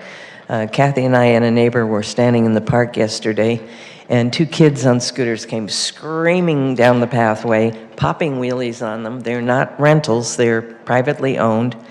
And I started to videotape them, which I have, and he was yelling at me and said, "Oh, you're taping me," and then he drives by and flips me off. I wanted to say, you know, we invented flipping off, so it doesn't scare me. But there was an ambassador there, and we spoke to him. Nice guy, guy named Ruben, and he said what would really help the ambassadors is to be able to hand out some kind of a citation. Maybe not an official ticket, but if we had like safety citations, and make sure that gets back to their parents if it's children. And if it's older people with dogs off of leash, he said, you know, we talk to them and it doesn't do any good. They just go, you can't do anything. So, and I witnessed when a dog was off leash and pooping on the middle of the grass, I witnessed a city staff employee or city employee go over and say, please, could you keep your dog on the leash? And could you, because it's not safe for people around them. And the woman just screamed profanities at the staff worker, and the staff just left, because what are you going to do to that? But if there was something tangible, some way to, if it couldn't even be official, you know, be deputized to hand out official citations, could there be something designed quickly that the safety ambassadors, if they ask them to, you know, stop riding their bikes or stop riding their scooters or their skateboards through the park, that then they could say, I'll have to give you a citation. This is a warning. If you get 2 more, you'll be banned from the park. Because this just is, it renders them impotent to just be able to go up and say, would you please stop? So that was my suggestion, and I think that the ambassadors are doing a good job, but their hands really are tied in terms of what they can do. They were criticized, I think, when this brawl happened in front of Mickey's or wherever it was in the Rainbow District by one of the bars. And, somebody said, well, what were the ambassadors doing? The ambassadors are not supposed to fling themselves into the middle of fights. That's not what they're there for. So anyway, I hope something can be done. Thank you. Thank you, Stephanie. We do have one more speaker, Michael Pacetti. You will have 3 minutes. Since I'm here, I might as well make use of my time. I wanted to thank the ambassadors. I've had some really good experiences with them. I love the new app feature. I do want to ask the city, can we display some of these reports when we're going through these meetings? I've asked at a few meetings now. We don't print them. My eyes are getting weaker and weaker, and my iPhone just is not able to zoom in quick enough. So it would be really great for people at home and for us in the audience to see some of this data that you're talking about, and we haven't been doing that in a number of meetings. Again, some of the data analysis, it's great that we're reading some of these numbers, but like this, I had the same question around what are the variances in this data? This is a new company that's running this program. Again, what are the key metrics that we're looking at? Response times, things like that would be helpful to kind of look, how are we measuring this program as a city? What are our successes? And where are the areas that operate on versus just reading straight up calls and call numbers. The intersection of numbers, we have so many numbers in the city now, and so I do call the care team directly, but it is confusing who to go to when, I just make my best guess. I think the ambassadors, it looks like you're getting the brunt of those calls, so thank you for being our call center for all things a lot of the times, whether that's via the app. And I too, am often confused. So appreciate you considering some of this input and help us see some of this data and metrics that we're showing. Thank you, Michael. And that is all the public comments. Thank you very much. Appreciate it.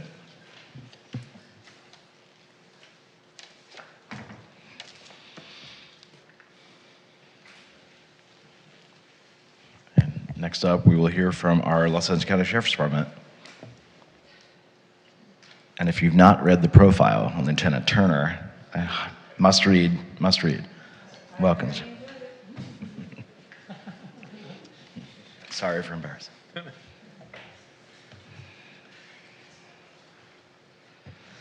Good evening, everyone. I don't know what profile you're talking about. For the month of February, West Hollywood Station personnel handled a total of 1,482 calls for service.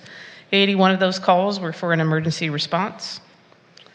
The deputies made 34 felony arrests and 89 misdemeanor arrests. Our Part 1 crimes for the month, we had 112 incidents, and when broken down by district, the West accounted for 53% with 59 incidents, City Center 23% with 26 incidents, East 24% with 27 Part 1 crimes. We had a total of 24 pickpocket thefts, which was up from last month. Our MET team responded to a total of 55 incidents for February, and our sorts submissions were 58. Our West Hollywood Station volunteers donated a total of 212 hours in February. And as I always say, our volunteers continue to be a critical asset to the station, and we highly value them. I wanted to touch on some traffic incidents which occurred in the city in the month of February. There were a total of 2 vehicle versus pedestrian traffic collisions, and both of those are still under investigation at this time, so I don't have a cause of who was at fault at this point. For the month of February, 2 vehicle versus bicyclist collisions occurred, and both of those collisions are still under investigation. 2 vehicle versus scooter or e-bike accidents occurred, and both of those incidents are also still under investigation as to who is at fault. In February, 11 DUI arrests were made. I also wanted to report that of the 8 aggravated assaults in February, 4 arrests have been made. Our entertainment policing team is continuing to be present outside of the bars and clubs and has been conducting focused enforcement on illegal vending. The entertainment policing team and the cops team are also conducting bicycle patrols as well as bait bike operations. And I'm excited to report back next month on the bait bike operation statistics that occurred this month. Although bicycle theft declined in 2025, we are working diligently to ensure 2026 also sees a decline. We are in the full planning and meeting phases with our law enforcement partners in the city of West Hollywood for Pride, as well as fire. That's scheduled to take place June 5th through the 7th. And at the February 23rd Public Safety Commission, I stated I would come back with some information regarding some questions raised by the commissioners. There was a discrepancy in DUI reporting stats, with one document stating 7 and another stating 8 arrests were made. For the month of February, the same discrepancy appears to be off by 1. At the time when the matrix was completed for the Part 2 crimes per district, the numbers were accurate. However, the total changed at the end of the month and the discrepancy was not caught. We have spoken to our crime analyst to ensure Part 2 crimes are reran at the end of the month for complete accuracy, so those statistics match up. Some questions were raised also about 2 deaths that took place at the bus stops, one on January 29th of this year and the other on April 26th of 2025. The coroner found the cause of death to be natural causes for the January death this year, and the April 2025 death was found to be an accidental overdose from methamphetamine. I was also asked to report back on how they measure the use of force incidents prevented by the MET team. As reported in the semi-annual crime statistic update to City Council. And the MET team assesses these incidents based on the patient's behavior and if they were able to intervene in a clinical setting, thus avoiding force, meaning the propensity for a use of force to occur was high. However, with the MET team's intervention, they were able to calm the patient down and prevent a use of force that would likely have occurred. And with that, I will open it up to questions. Thank you. Commissioner Hallman. Thank you, Chair. This is another type of service request question. Director Rivas, I might need you again. If I'm correct, in the late 80s, the city implemented an off-leash dog ordinance or law. Are you familiar with it? I am not. I only know this because I think I actually got the first ticket at 4 a.m. When I was young and I used to be out all night, I ran my then dog out at 4 a.m. and sheriffs happened to be driving by and they stopped and were like, "This just started, we have to give you a ticket."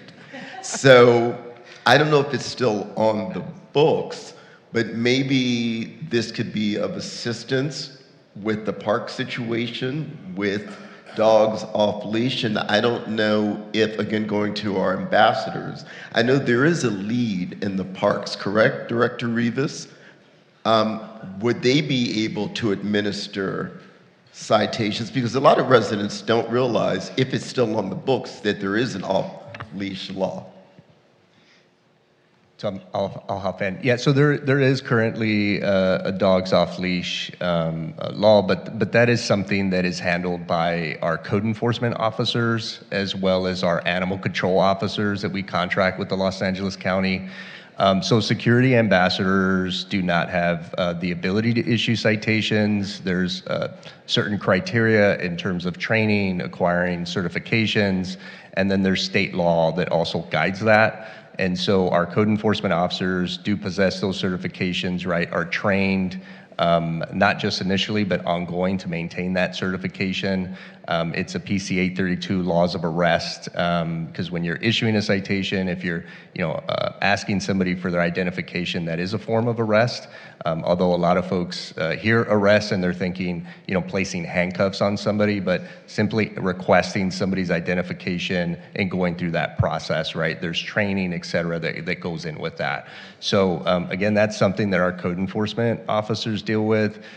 Mainly because we are on an island of our own. Although Los Angeles County Animal Control officers do service our community because we contract with them, you will see more of the presence of code enforcement staff. However, security ambassadors are expected to make contact with individuals, engage those that are assigned at our park facilities, on a regular basis. And so making contact, explaining that to a park patron, sometimes you get folks that comply, and sometimes you obviously get folks that don't comply, right? And in that situation, either that person ends up walking away and moving on, or if they remain in place, or if it's somebody that's a regular that they're seeing frequently and they're constantly making contact, then they will request from code enforcement, hey, on this day, between this time frame, right, can we get a code enforcement officer out here? And then that officer is able to address that situation. But sheriffs can write tickets as well, because I know mine was administered by sheriffs at 4 in the morning. I remember it quite vividly. Yes, we can. Yeah, they can. Sheriff's deputies obviously can write any form of citation, but the citations that we issue for this are administrative fines. Our sheriff's deputies, our special teams, which Lieutenant Turner and Sergeant Lovano supervise, they do have administrative citation books to be able to issue those citations. But again, that's something that we would much rather have code enforcement officers and not having to burden our sheriff's deputies with that. Of course, if code enforcement officers are unable to gain compliance, then they would escalate and elevate that and request sheriff deputies to come on site. But that rarely, if ever, happens. It's just a matter of scheduling those focus patrols, right, and that kind of compliance operations as it relates to that. So we do that on a regular basis. Code enforcement staff does routine operations and focused, and sometimes you'll see more than just one code enforcement officer. You may see 2 or 3 when we are getting requests from residents, and we'll kind of have them be very present, let's say for like 30 days, and then obviously they'll rotate right around the community in terms of whatever they're focused on. Okay, thank you. Sure. Commissioner Post? Yes, thank you, Lieutenant Turner.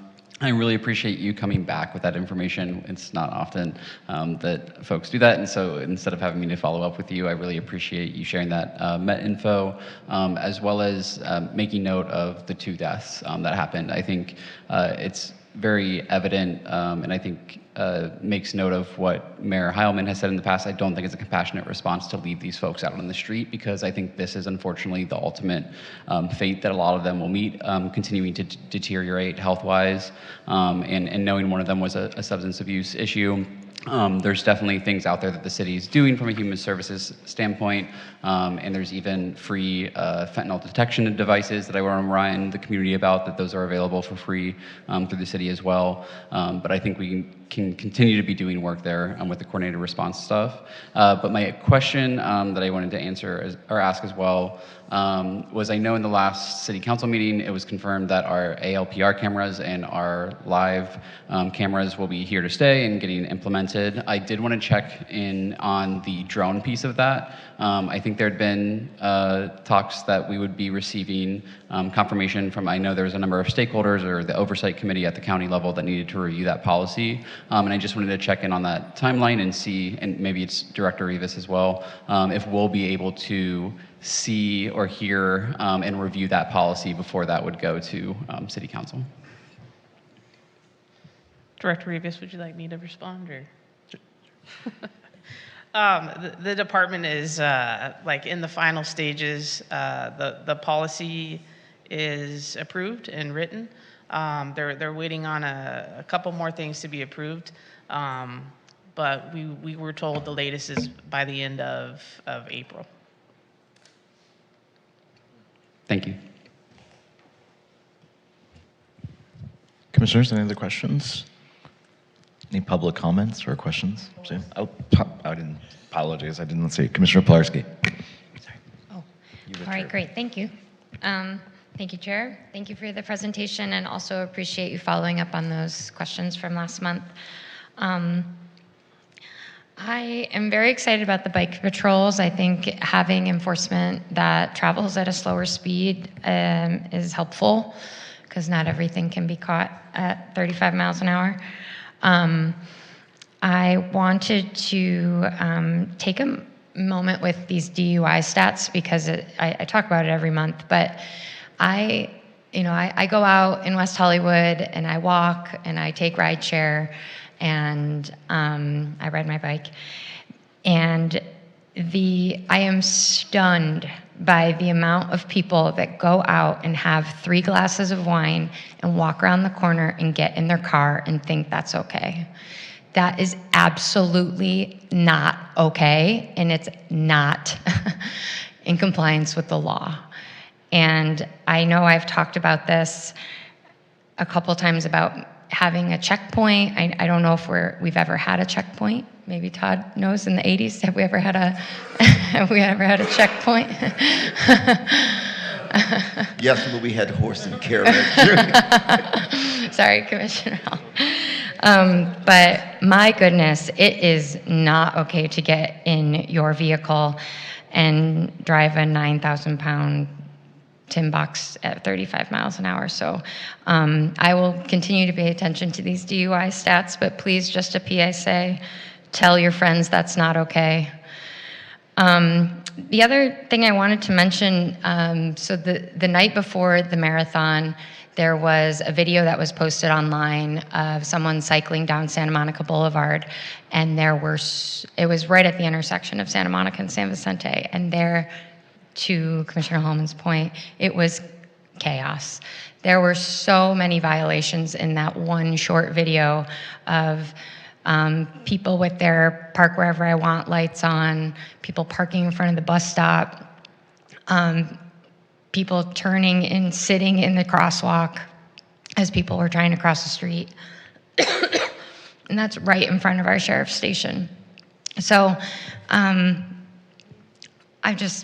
sorry. Just bringing this to everyone's attention.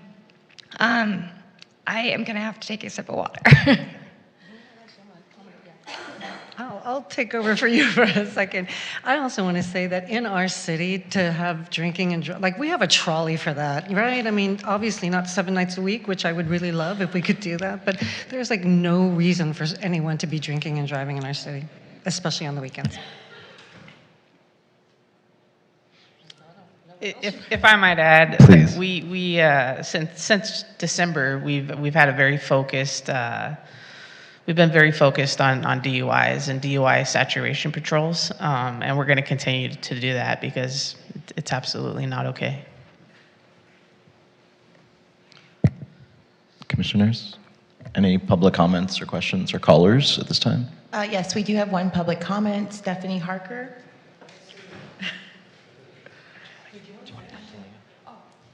Sorry, can we go after? Stephanie Harker, City of West Hollywood. This is a thank you to the Sheriff's Department.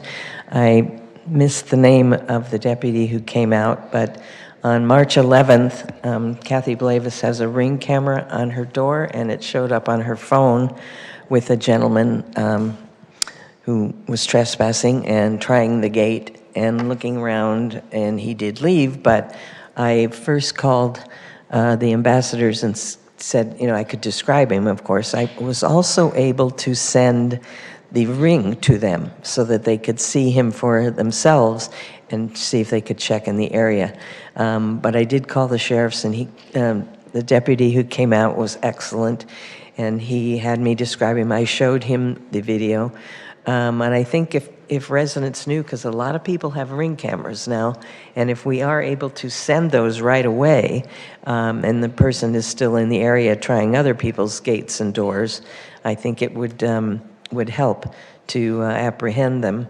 But again, I wanted to thank the sheriff for coming right out. I think it was about 25 minutes between, but I had seen the Ring about, is 2100 hours, 9 o'clock? Whatever it is, I think that's when the Ring came in. So I was able to send that directly to, keep saying, old habits die hard, send it straight to block by block, I was going to say, to Allied. And then the sheriffs came out and checked around the area to make sure he wasn't still there. So we do appreciate all that you do. And certainly the ambassadors have been helpful as well. Thank you. Thank you, Commissioner Pilarski. Thanks, sorry about that. I just wanted to bring that to everyone's attention because if, we just have to be good stewards of our neighborhood and make sure people know that, they got to follow the rules here. Other thing I wanted to say was thank you, Lieutenant Turner, for you educating me about the Part 1 and Part 2 crimes. Just wanted to acknowledge that those definitions of Part 1, Part 2 crimes were set by the FBI in like the 30s or something like that. So when we're looking at these crime numbers, yeah, it's some old definitions of what those are. So thanks again for your help. Thank you, Commissioners. Thank you very much. Danny, you should just stay there, I think.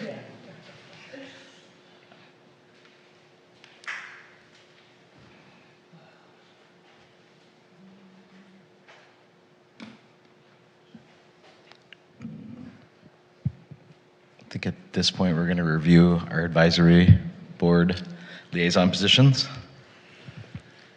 Thank you, Chair. Yes, we wanted to bring the list of liaisons to the boards and commissions back to the Public Safety Commission. A few months back, we had brought this forward, and members of the commission graciously signed up to be liaisons to various boards and commissions.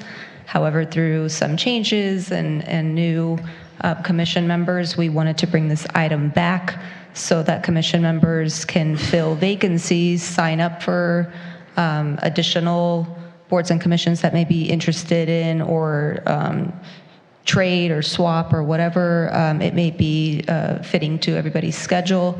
So we wanted to bring this item back to share with the commission. At this time, with the agenda, the attachments on the agenda, we currently have the Arts and Cultural Affairs Commission. We do not currently have a liaison for.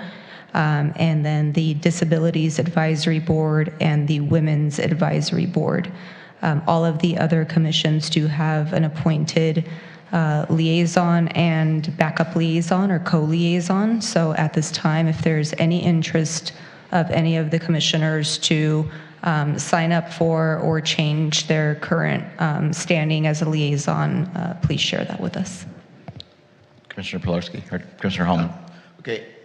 I'm happy to take Arts and Cultural Affairs because that's right up my alley. And with that being said, that would give me 2 commissions and 1 advisory board.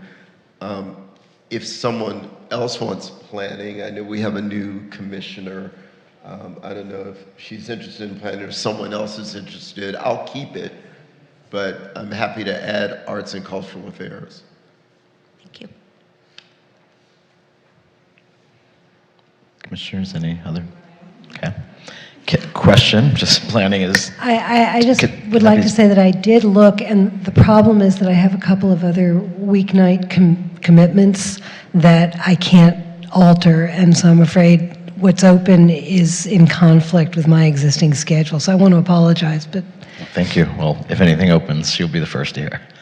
But totally understand that. I'm curious, can people divide planning, Commissioner? I mean, is it possible?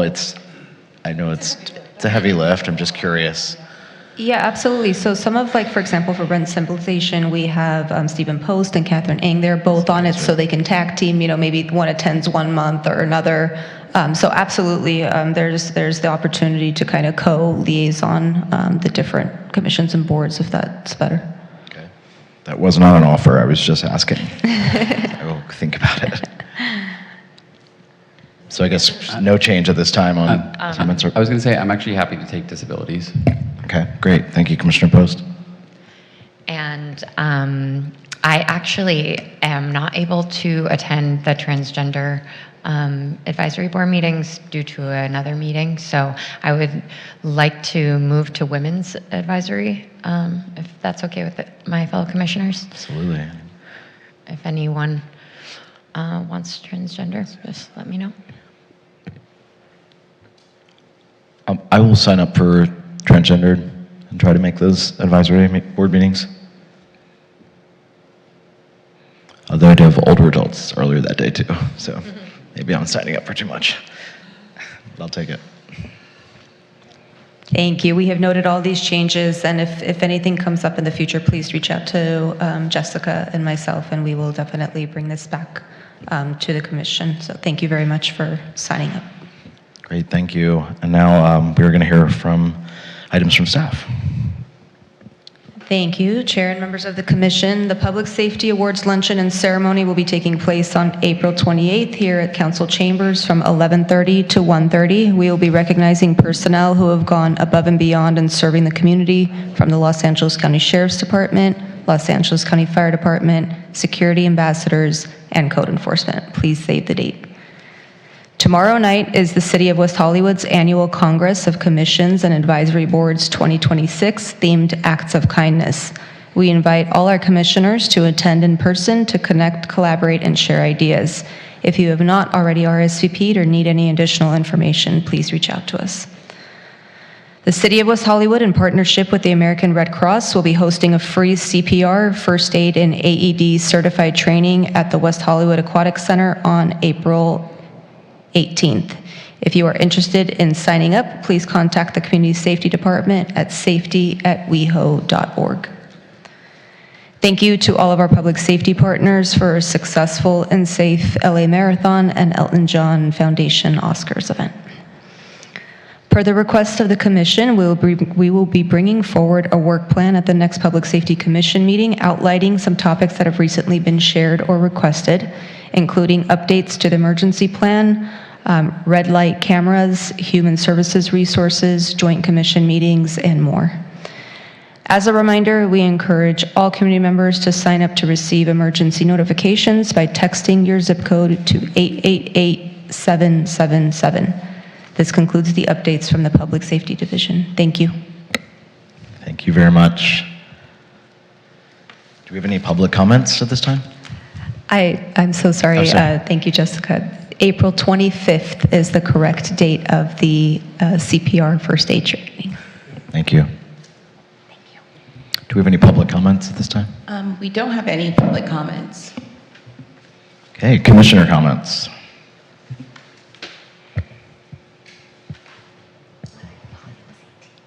Commissioner Pilarski.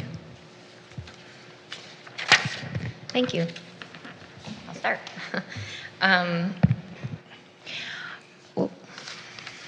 Here we go. Okay. Thank you, staff, for the conversation about the look ahead. We are looking forward to that. I wanted to acknowledge a couple of the public comments about the display of the reports on the screen. I know that that has come up not just in this commission, but other commissions. Is staff able to answer that question as to why the reports are not on the screen? I don't know the answer, but. Sorry, yeah, maybe I missed. I don't know, Anita, if you Okay. caught that. Maybe I missed that. Yeah, I was just going to share. It's not customary, like if you attend the council meetings, they don't put all of the attachments usually on the screen, but we can definitely assess if that's something that we can start doing here at the Public Safety Commission. We'll look into it. Thank you, appreciate it. I attended the Transportation Commission meeting on March 18th as our Public Safety Commission liaison for the Transportation and Mobility Commission. And I gave public comment on some of the things that continue to come up at the Public Safety Commission meeting that overlap with their commission. So I noted the continued public comment about the sidewalks and the crosswalks and the traffic lights and some of the other public infrastructure items that we would like the city to take a look at, or public comment has indicated are important to us. The commission also reviewed the transportation items within the Transportation Commission's purview of one of the developments on Sunset Boulevard. That development also went to another commission for public comment. And I have a little public safety announcement for us today. In the spirit of Vision Zero and the special enforcement day that the sheriffs are doing for pedestrians and cyclists out there on our streets. And thank you to WeHo Online and WeHo Times for their articles giving, alerting the public. I wanted to just read this because a lot of us haven't taken a driver's test in a long time. So, what the California law requires: yielding to pedestrians in crosswalks. Drivers must yield to pedestrians crossing at any marked or unmarked crosswalk. Turning while pedestrian is in the crosswalk. Drivers must wait until the pedestrian has fully cleared the driver's half of the roadway before proceeding, not just until they seem far enough along. On a four-way road, that means past the center line. Pedestrian waiting at the curb. If a pedestrian is waiting at the curb and clearly intends to cross, drivers are required to stop and allow them to enter the crosswalk. Right turn on red. Drivers may turn on red only after making a complete stop, no rolling stops, and must yield to pedestrians in the adjacent crosswalk. Do not pass a stopped vehicle at a crosswalk. If a vehicle ahead has stopped, let the pedestrian cross. Drivers behind cannot go around. Cyclists have the same road rights as drivers. Cyclists are allowed the same right-of-way as any vehicle. Drivers must yield to them accordingly and cannot cut them off. 3 feet passing rule for cyclists. When passing a cyclist, drivers must give at least 3 feet of clearance. Thank you to public comment Stephanie Harker today, noting that I was clipped by a rearview mirror on Romaine because they couldn't figure out how to go around and then stop at the stop sign 25 feet in front of me. Proper turns. Right turns must be made as close to the right curb as possible. My favorite one here, blocking the crosswalk. Drivers cannot stop in the crosswalk and block it, including while waiting to make a turn. Stop behind the limit line, not in it. Find a way to turn and then turn. Driving across a sidewalk. When pulling out of a driveway or alley, crossing a sidewalk, drivers must stop and yield to any pedestrian on the sidewalk before proceeding. Thank you. Thank you, Commissioner Pilarski. Any other Commissioner Post? Yeah, thank you. I attended the Eastside Neighborhood Watch and walked with a few other of our Neighborhood Watch members. I encourage all of our commissioners to do the same, especially us on the east side that gets stuck over there. It was nice walking Mid-City and the west side. I also wanted to say thank you to Danny and the business license side of things. I had a business member who was having issues with the portal, connected them with one of your staff members, and they got it figured out within 24 hours after much technical difficulties over the previous 3 weeks. So just appreciate the work that you continue to do on the business licensing side. And the one thing that I wanted to make note of, and it might be for Danny or our Sheriff's Department as well. In my Human Services Commission meeting, there was a mention of an incident that happened regarding human trafficking at one of our local bars.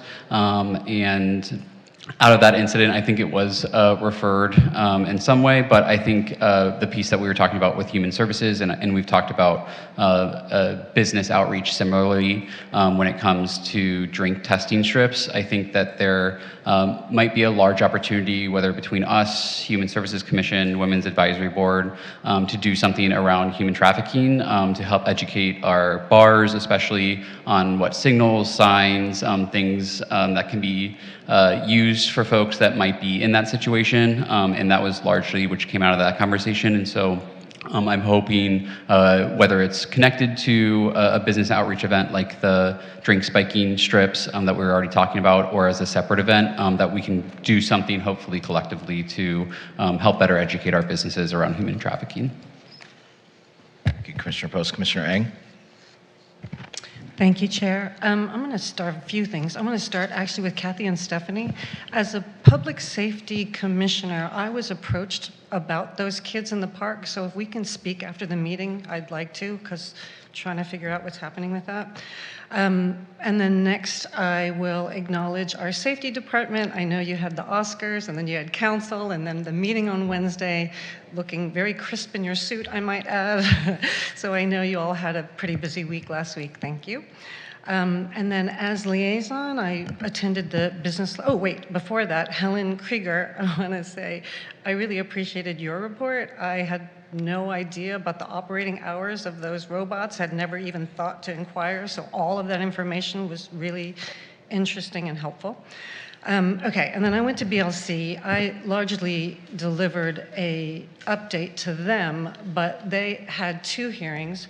One was for an after hours, and the requirement of their having a security guard was waived, which I thought made sense. So I appreciate when the rules that apply make sense.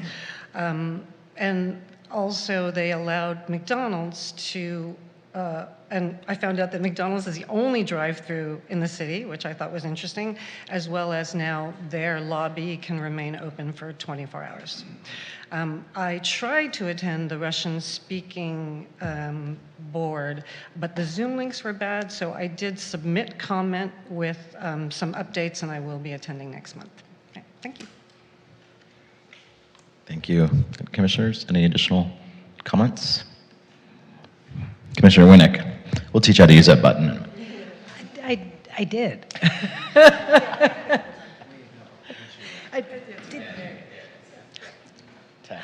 And I want to thank Danny and his team for all the work that you do.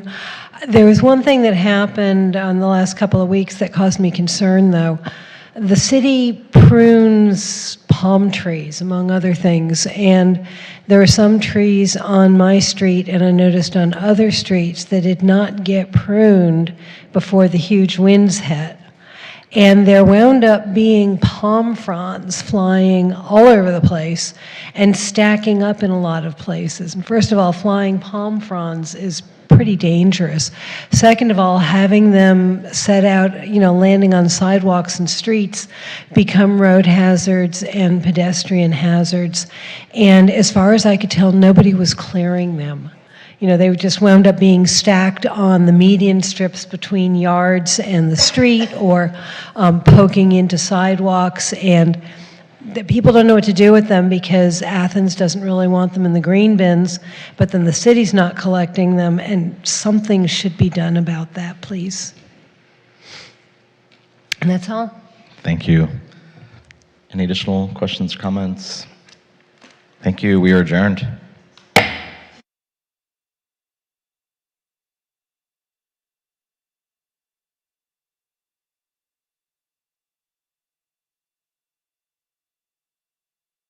WeHo.org. You can also find us online at WeHo.org/human services. We look forward to connecting with you soon.